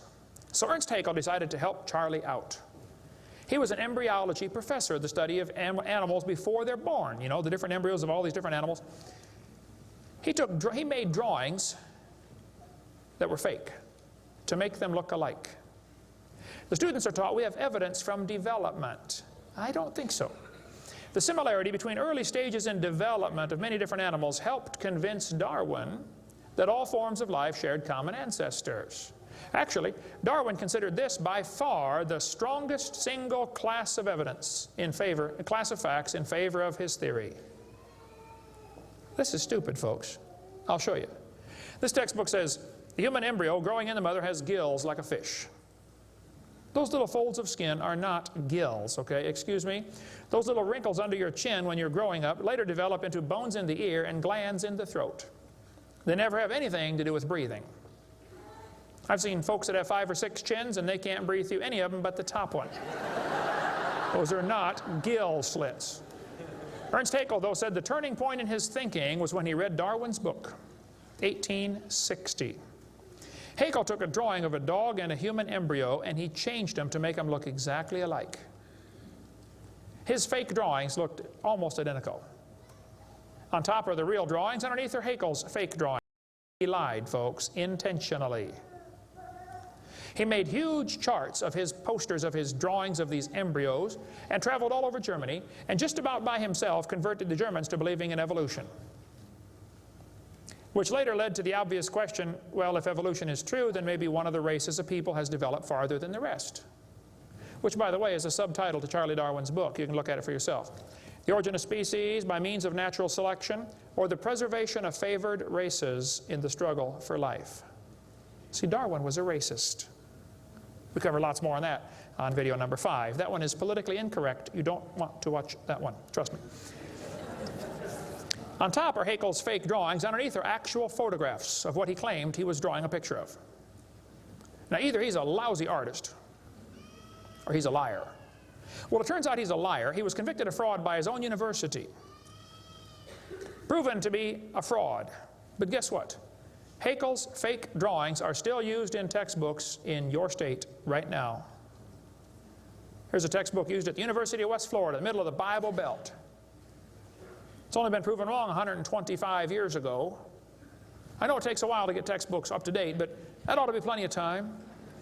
That's stupid. Those are not gill slits on the embryo. Here's an Irish textbook. I was just there a few months ago. It says the embryo has gill slits. That's baloney. This one says the embryo has gills. Glencoe Biology says they have gills. Proven wrong 125 years ago.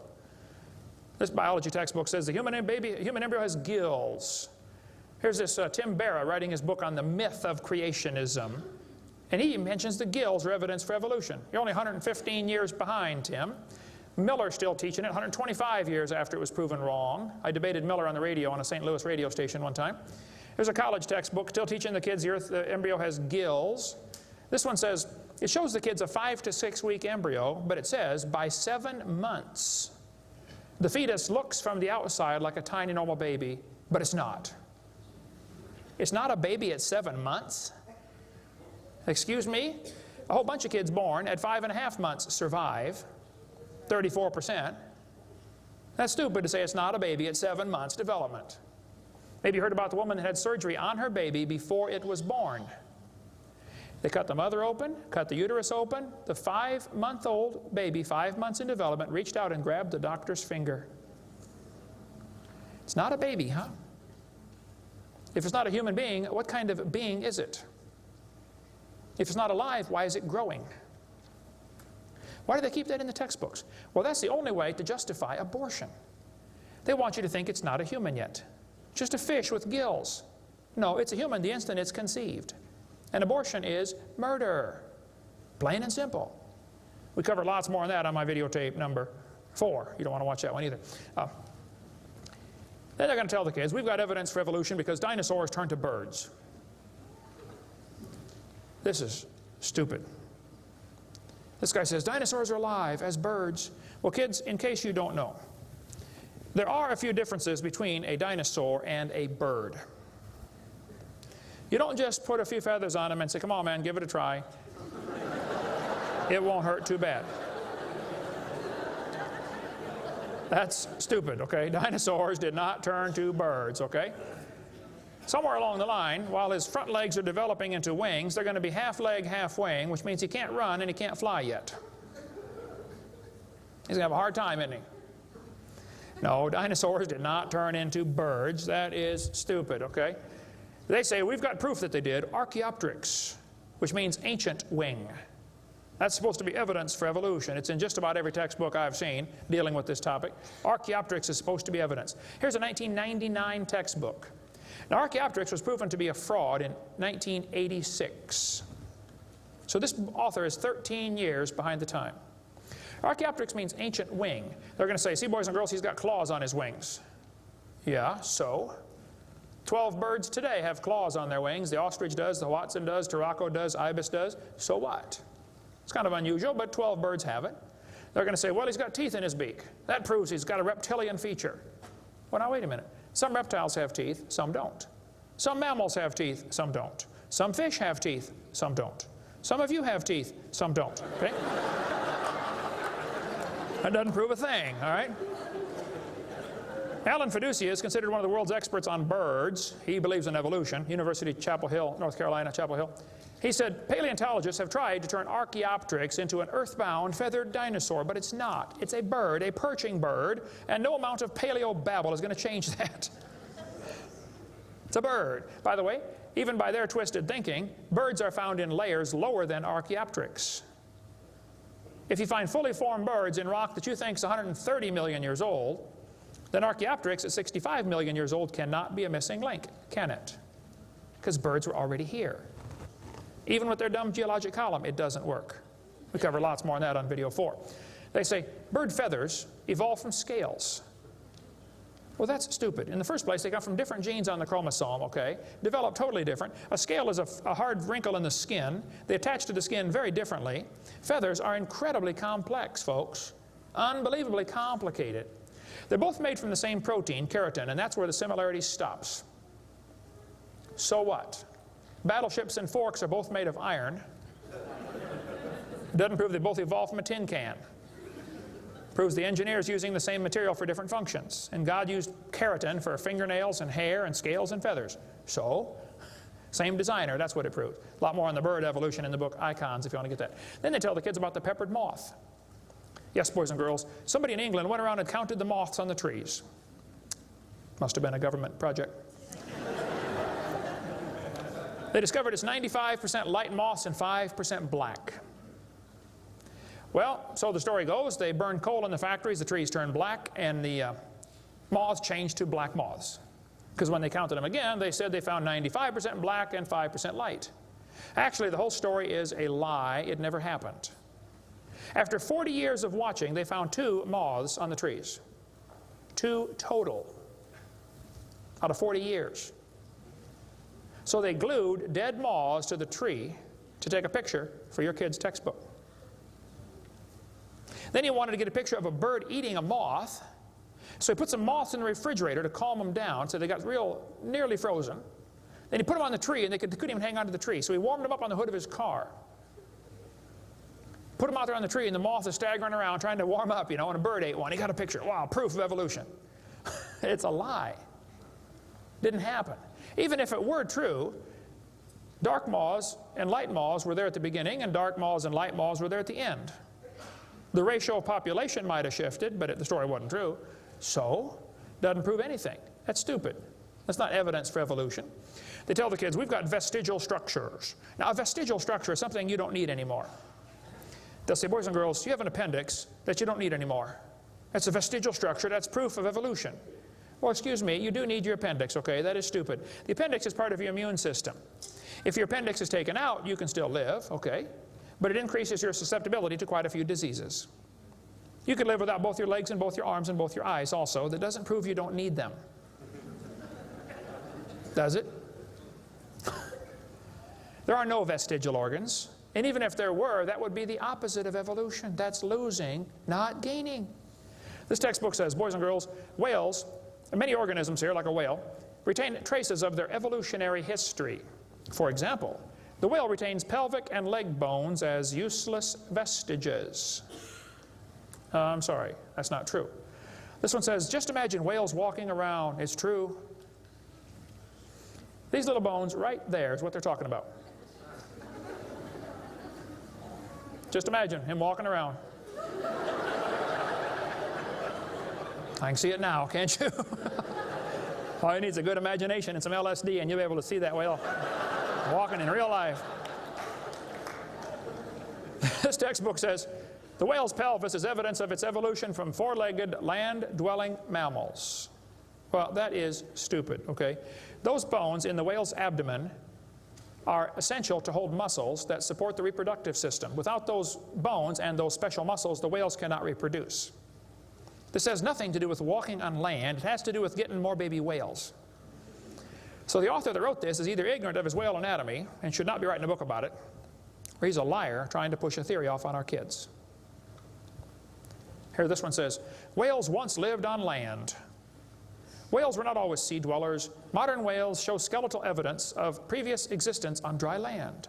Buried deep in a whale's hip muscles are two small bones, all that is left of the whale's pelvis and hind legs. That's stupid.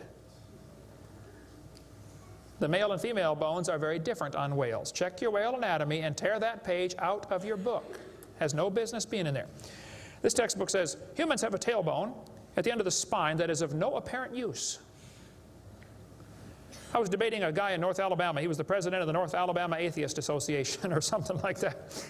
He got up and he said, folks, we've got evidence for evolution. Humans have a tailbone they no longer need. When it was my turn, I got up and I said, Mr. Patterson, I taught biology and anatomy. I happen to know there are 9 little muscles that attach to the tailbone, without which you cannot perform some very valuable functions. I will not tell you what they all are, but go read your Gray's Anatomy and you can figure it out. I said, however, Mr. Patterson, if you think the tailbone is vestigial, I, Kent Hovind, will pay right now to have yours removed. Bend over.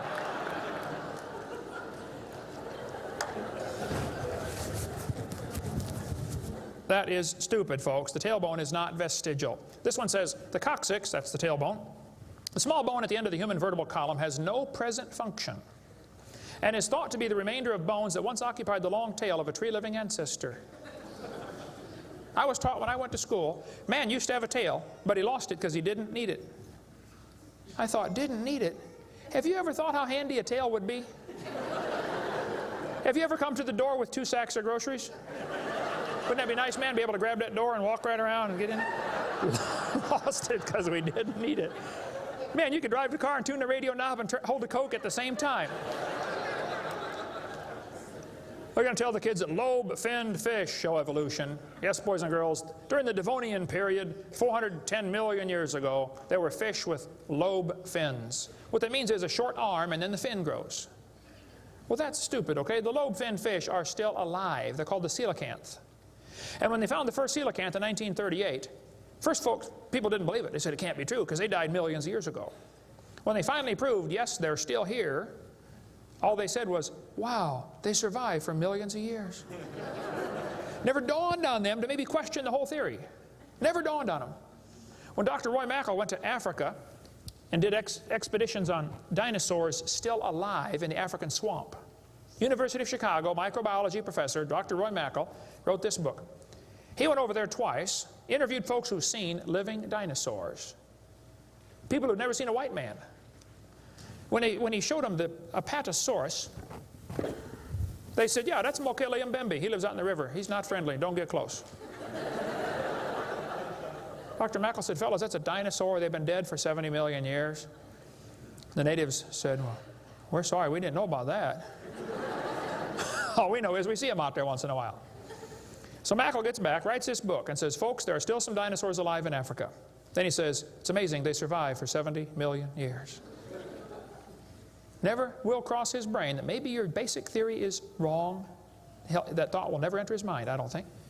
It ought to. Lobe-finned fish are still alive, folks. They tell them trilobites are good index fossils for rock that is 600 million years old. Well, that's stupid, okay? There's a human shoe print where a guy stepped on and squashed a trilobite. How could a human step on a trilobite? If they're 500 million years ago. One guy said, maybe aliens visited the planet and stepped on a trilobite. Trilobite had the most sophisticated eye ever found in nature. It's one of the first animals to evolve, and it's already got the most complex eyeball. I don't think so. The whole thing about index fossils is stupid, okay? There aren't any index fossils. The graptolites are the index fossil for 410 million year old rock, and yet they're still alive right now in the South Pacific. They tell the kids the dinosaurs are index fossils for 70 million year old rock. Folks, dinosaur blood was found inside the bone. Don't you think it's going to decay in less than 70 million years? There's enormous evidence that man and dinosaurs have always lived together. We cover that for 2.5 hours on video number 3 of our blue series of tapes. Gene Thomas, missionary friend of mine, was in the Congo swamp for 42 years as a missionary. He said, I had 2 pygmies in my church that killed and ate one. Yes, dinosaurs are still alive. California, 1925, this thing washed up on the beach called California's Nessie. Laid there on the beach and rotted away. Here's a guy behind it with a rifle. In the front you can see the critter's head, neck going off to the right. The neck was 20 feet long. One atheist wrote me a letter and said, Hovind, you're so stupid. Don't you know that was a whale?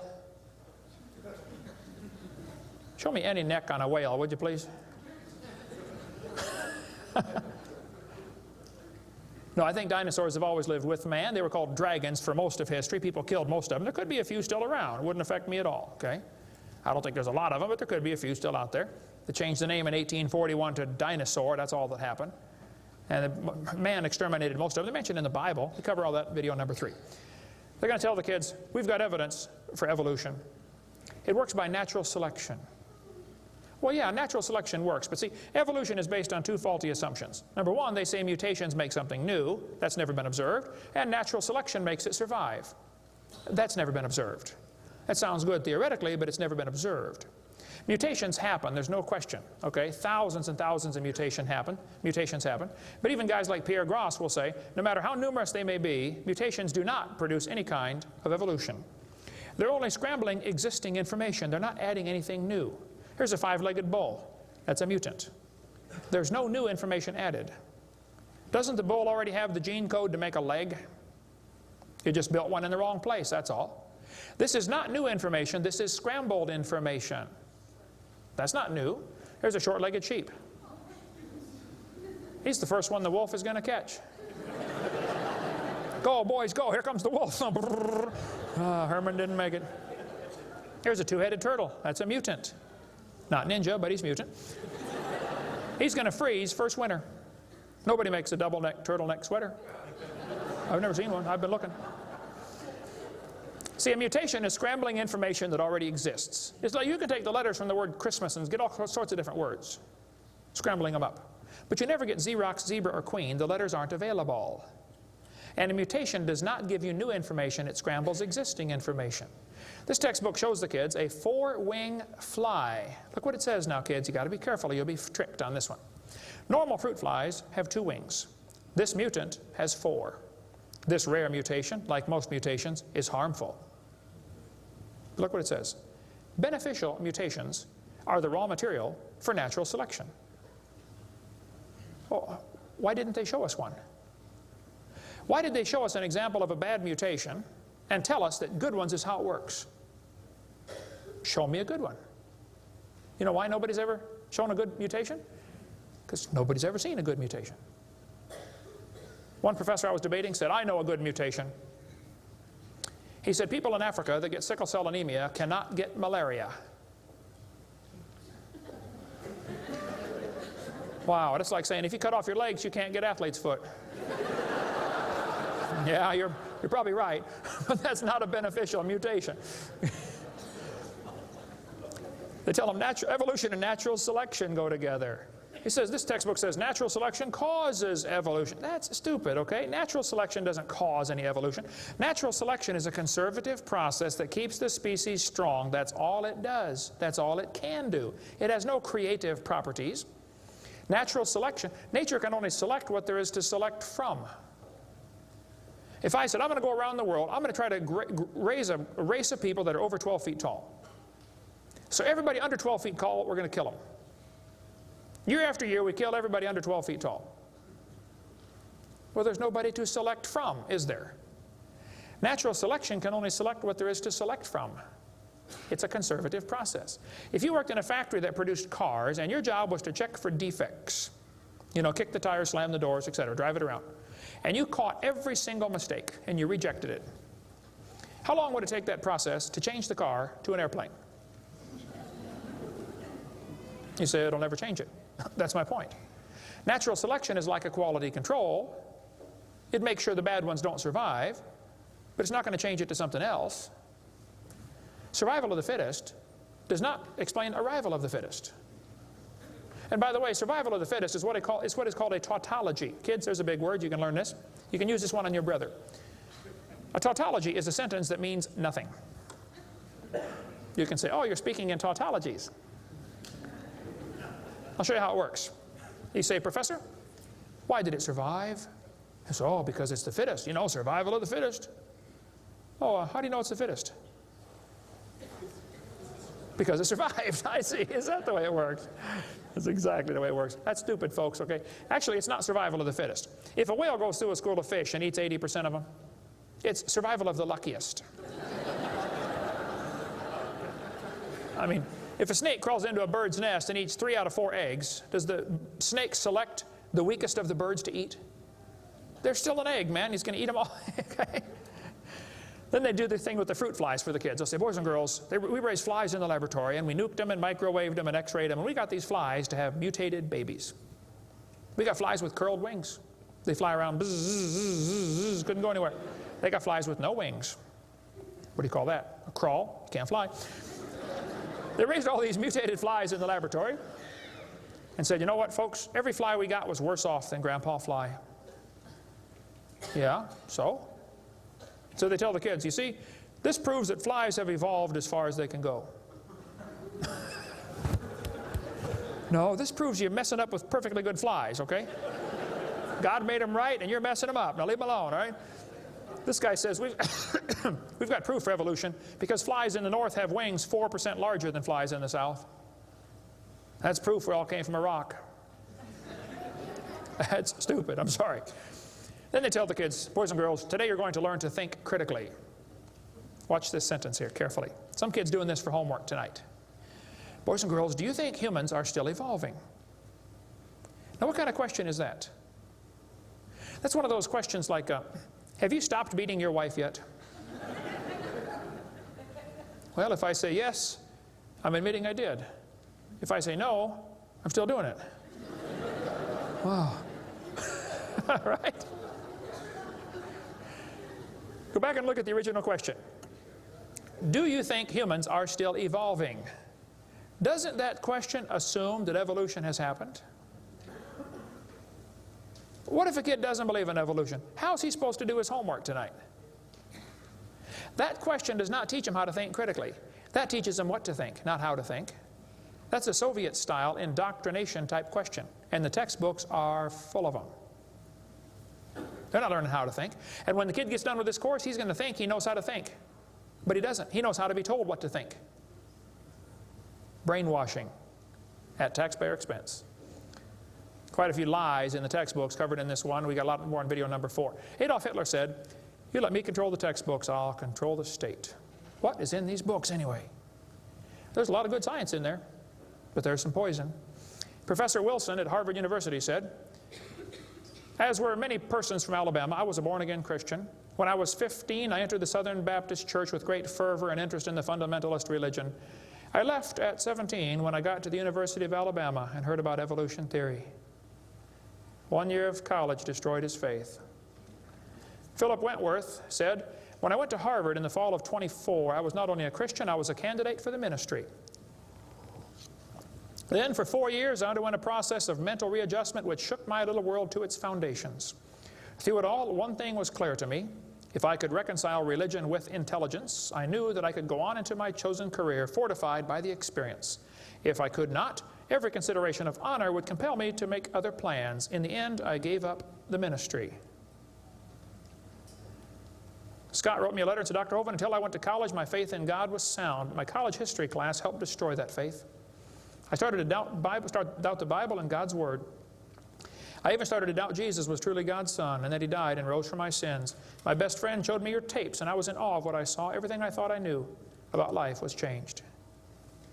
Praise God. People will sit home and watch a video that you will never get to come to church. Especially men. If they're sitting at home holding the remote, there's this feeling of power that surges through their body. How many know what I'm talking about? Now come on, be honest, okay? Right? That's why we purposely leave my videotapes uncopyrighted. Copy them and give them to your friends, man. Get them saved. All right? 75% of the kids from Christian homes that go to public schools are going to lose their faith after 1 year of college. 75%. Professor Bonar said, "Evolution is a fairy tale for grown-ups. The theory has helped nothing in the progress of science. It is useless." Malcolm Muggeridge said, "I am convinced the theory of evolution, especially the extent to which it's been applied, will be one of the great jokes in the history books of the future." It's a joke. And it would be a joke if it weren't for the tragic results.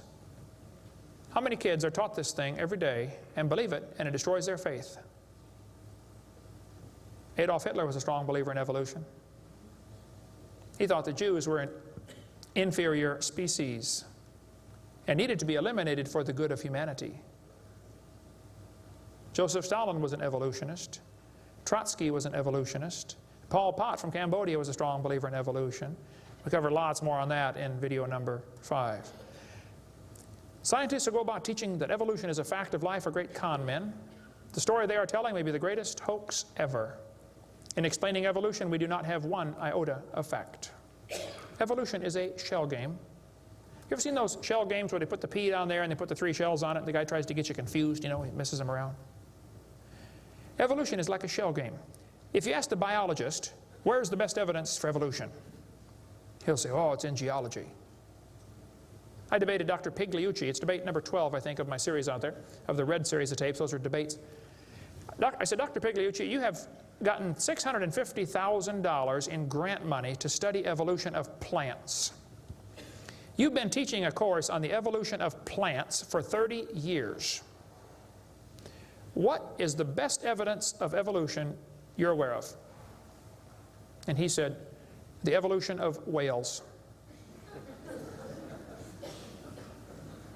You're a botanist telling me the evolution of whales is your best evidence?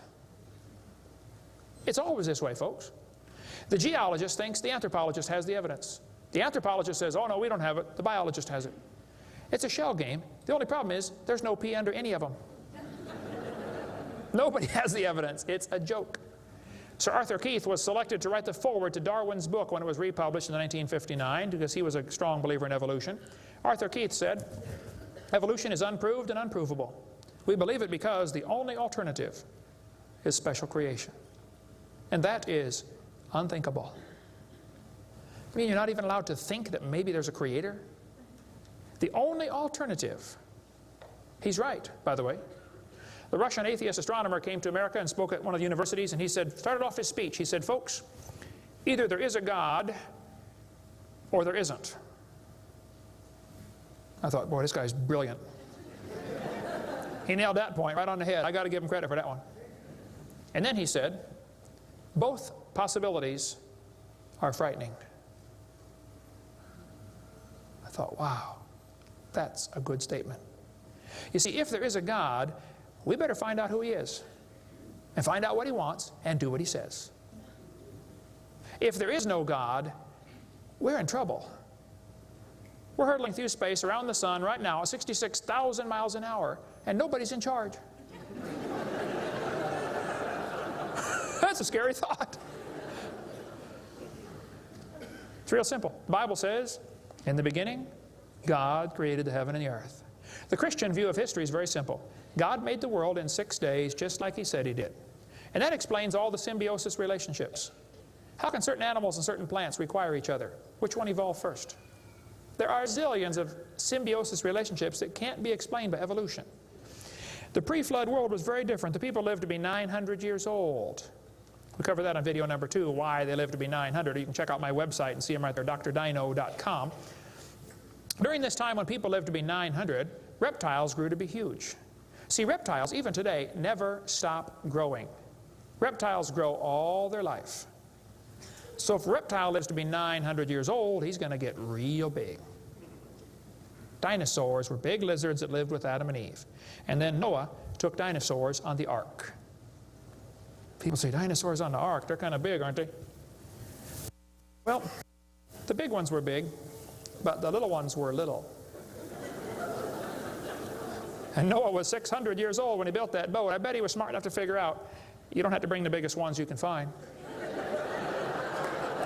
Bring 2 babies. Just be sure to get a pink one and a blue one. That'll be important later.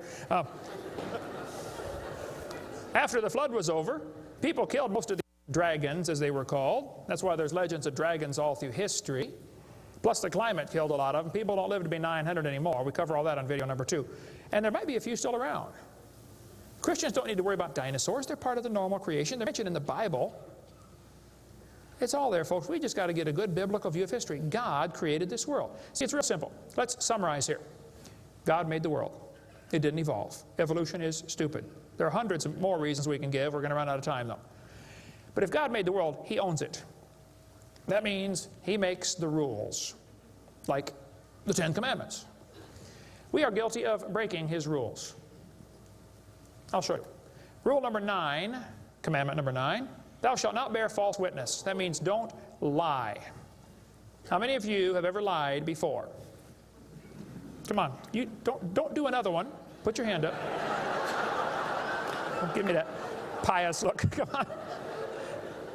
Number 8, don't steal. How many ever stole something? You already told me you're a liar. Now come on. You don't have to read very far to realize we're guilty, which means we're going to be punished. Or find a substitute. See, I can't substitute for your sins because I got a whole bunch of my own. But Jesus Christ is not only willing, He's able. He wants to take your place. He wants to pay for your sins. It's real simple. February 9th, 1969, my friend said, Kent, you're a sinner. I said, well, you can say that again. He said, you deserve to go to hell. But Jesus died for you. He wants you to save you. He wants to save you. If you'll ask Him, He'll save you right now. And I bowed my head and said, Lord, I'm a sinner and I deserve to go to hell, but would you please forgive me and save me? And I've got God's promise I'm going to heaven.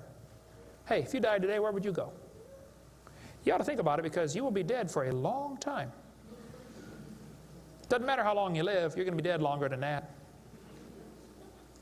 You know George Washington died 200 years ago, and he's still dead. How much longer does he have to go? You're going to be dead for a long time. All you get in this life is a little bitty dash between 2 dates. Just a little, and it's gone. What are you going to do with your dash? Let me give a suggestion to you. Give the whole thing to Jesus. Say, Lord, you may have it, the whole thing. One time a little boy saw Jesus preach and he had a little sack lunch, 5 biscuits and 2 fish sticks. He said, here, Jesus, you can have the whole thing. Jesus said, thank you, son. Everybody sit down, please. 5,000 men, plus women, plus children. We can assume probably 20,000 people. Jesus started breaking those fish sticks and bread up and making fish sandwiches and started passing them out to the disciples, and everybody sat down in the grass and they passed them out and passed them out and passed them out and passed them out. When they got all done, everybody was stuffed. You want another fish sandwich? Oh, no, I can't. No, man, I'm stuffed. He said, okay, disciples, gather up all the fragments. They got 12 baskets full of fragments left.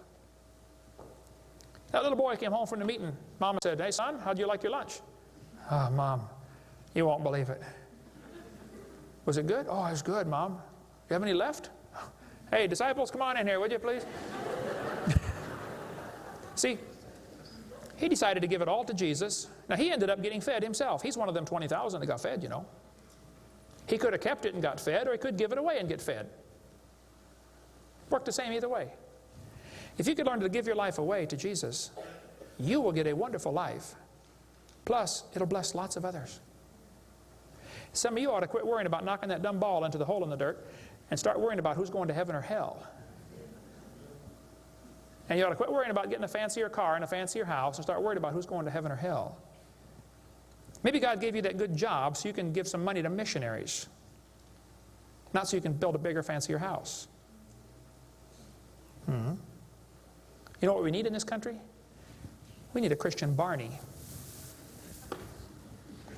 How many kids in this town tomorrow are going to be taught evolution on Discovery Channel, Nature Channel, National Geographic, textbooks, library books? How many?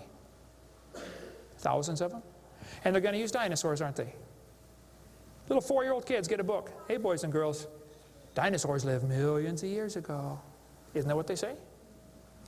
Why don't one of you get yourself a purple costume, get all the neighborhood kids together. Hey, boys and girls. We're going to sing now. God loves you, God loves me. He wants you in His family. If you'll ask Him now, He'll come into your heart, and of His family you'll be part. Shouldn't they learn that instead? Folks, somebody's got to reach these young kids. You ought to get some videos or something. My material's not copyrighted. You can use mine any way you want. Hey, what on earth are you doing, for heaven's sake? What are you doing for the Lord? I saw this tombstone the other day at a cemetery. Wayne Strickland, atheist. Hasn't died yet. He said, I'm a busy man, don't have time for this. I'm sorry, Wayne. You're going to have lots of time here coming up soon. Claims to be an atheist. Interesting. The Bible says the fool has said in his heart there is no God. Did you know God doesn't believe in atheists? Think about that one. Where would you go if you died? Now, if you're not sure you're going to heaven, you ought to give your heart to the Lord and get saved. If you are saved, you ought to find something to do for the Lord. If you want to get any of my video materials, they're not copyrighted. You can get a 15-hour seminar on creation, which lots of material on stuff, creation, evolution, dinosaurs. Get some of the debates or the red tapes or the miscellaneous topical series. We want to strengthen your faith in the Word of God. If you're here tonight and you're not saved, or if you're watching this video and you're not saved, give me a call. I'll be glad to help you meet the Lord. Our website is drdino.com. Phone number in Pensacola, Florida, 850-479-DINO. We like dinosaurs around there. If you come through Pensacola, stop and visit Dinosaur Adventureland. If you get a chance to go on the cruise, we'd love to have you come on the cruise, and we'll talk more about dinosaurs and creation and evolution. Thank you so much for joining us tonight.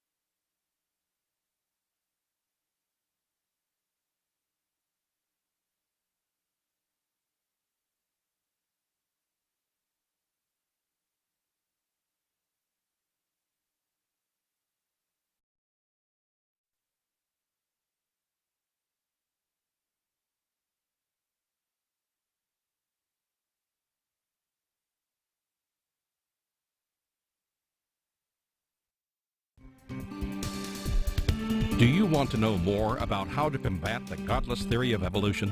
Creation Science Evangelism offers 4 great tools that help strengthen the faith of believers and win the lost to Christ. After 15 years of teaching high school science, Dr. Hovind began Creation Science Evangelism in 1989. We are a ministry that is dedicated to providing tools which will help you combat the evolution philosophy that is destroying the faith of millions every year. The first tool Creation Science offers is their powerful, life-changing video series. Over the last 12 years, well over 1 million videotapes of Dr. Hovind's seminar have circled the globe. They are reaping a harvest of souls for the kingdom of Christ, as well as helping restore the faith of many thousands confused by the evolution propaganda to which they've been subjected. These videos are available in English, Russian, French, Spanish, Japanese, and sign language. The Age of the Earth, first of the 7-part series, teaches that God created the universe about 6,000 years ago in 6 literal days. Could this be true?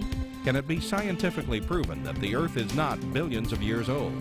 This tape gives solid scientific evidence that the Earth is young and that the Bible is scientifically accurate. How did the environment of the original creation differ from ours today? And how would this allow men to live over 900 years? Can Christians have a good explanation for the existence of dinosaurs? Could some dinosaurs still be alive today? These and many more questions are covered in the 2nd and 3rd part of the series. Evolution has permeated public school textbooks with false and fraudulent information. This video exposes nearly 30 lies commonly found in textbooks. Every public school student, teacher, and school board member needs to watch part 4 of this series. Find out if you have been lied to in your textbooks. Discover the terrible difference evolutionary beliefs have made in the past as well as in recent history in our video number 5. Dictators throughout time have used their evolution-based philosophies to rationalize their brutal actions. Learn how evolution propaganda is being used today to prepare people for the New World Order. This is just a taste of all the information the 17-hour seminar series has to offer. Also available are college courses that expand on the seminars in great detail. For those who can handle a more confrontational atmosphere, our debate series is just for you. I said, now, Mr. Patterson, if you think the tailbone is vestigial, I, Kent Hovind, will pay to have yours removed. Dr. Hovind has debated a wide range of atheists and evolutionists all over the country. And you're sure to find these 12 debates very exciting. These would be perfect to present to that scientifically minded person who likes to argue their point.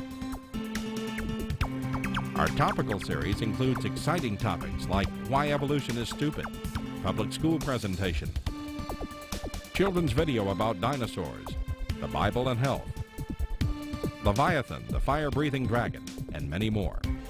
Creation Science also offers a variety of visuals like the longevity chart, which presents the entire lineage of Adam to Joseph as given in Genesis.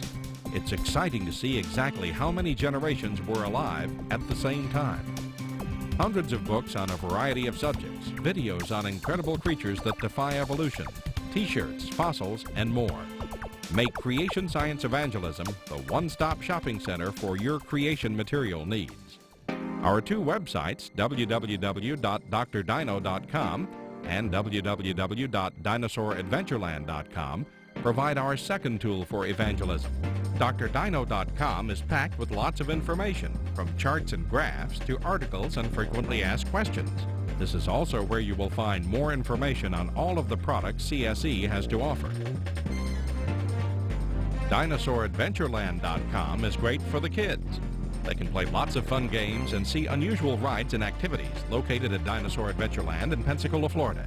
Thousands visit our sites regularly to gain insight into God's creation.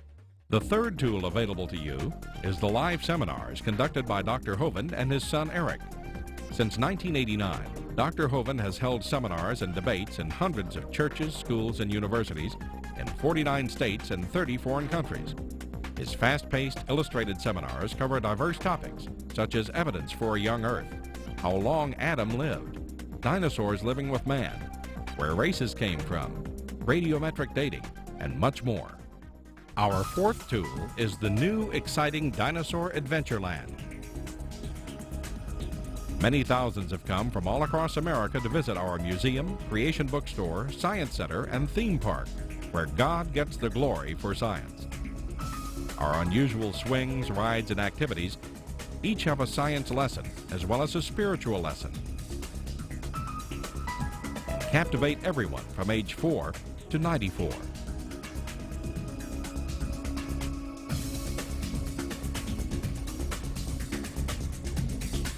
To order material, find out how to schedule a seminar at your church, or get more information about Dinosaur Adventureland, write to us at Creation Science Evangelism, 29 Cummings Road, Pensacola, Florida, 32503, or call us at 850-479-3466, or toll free in the U.S. 877-479-3466.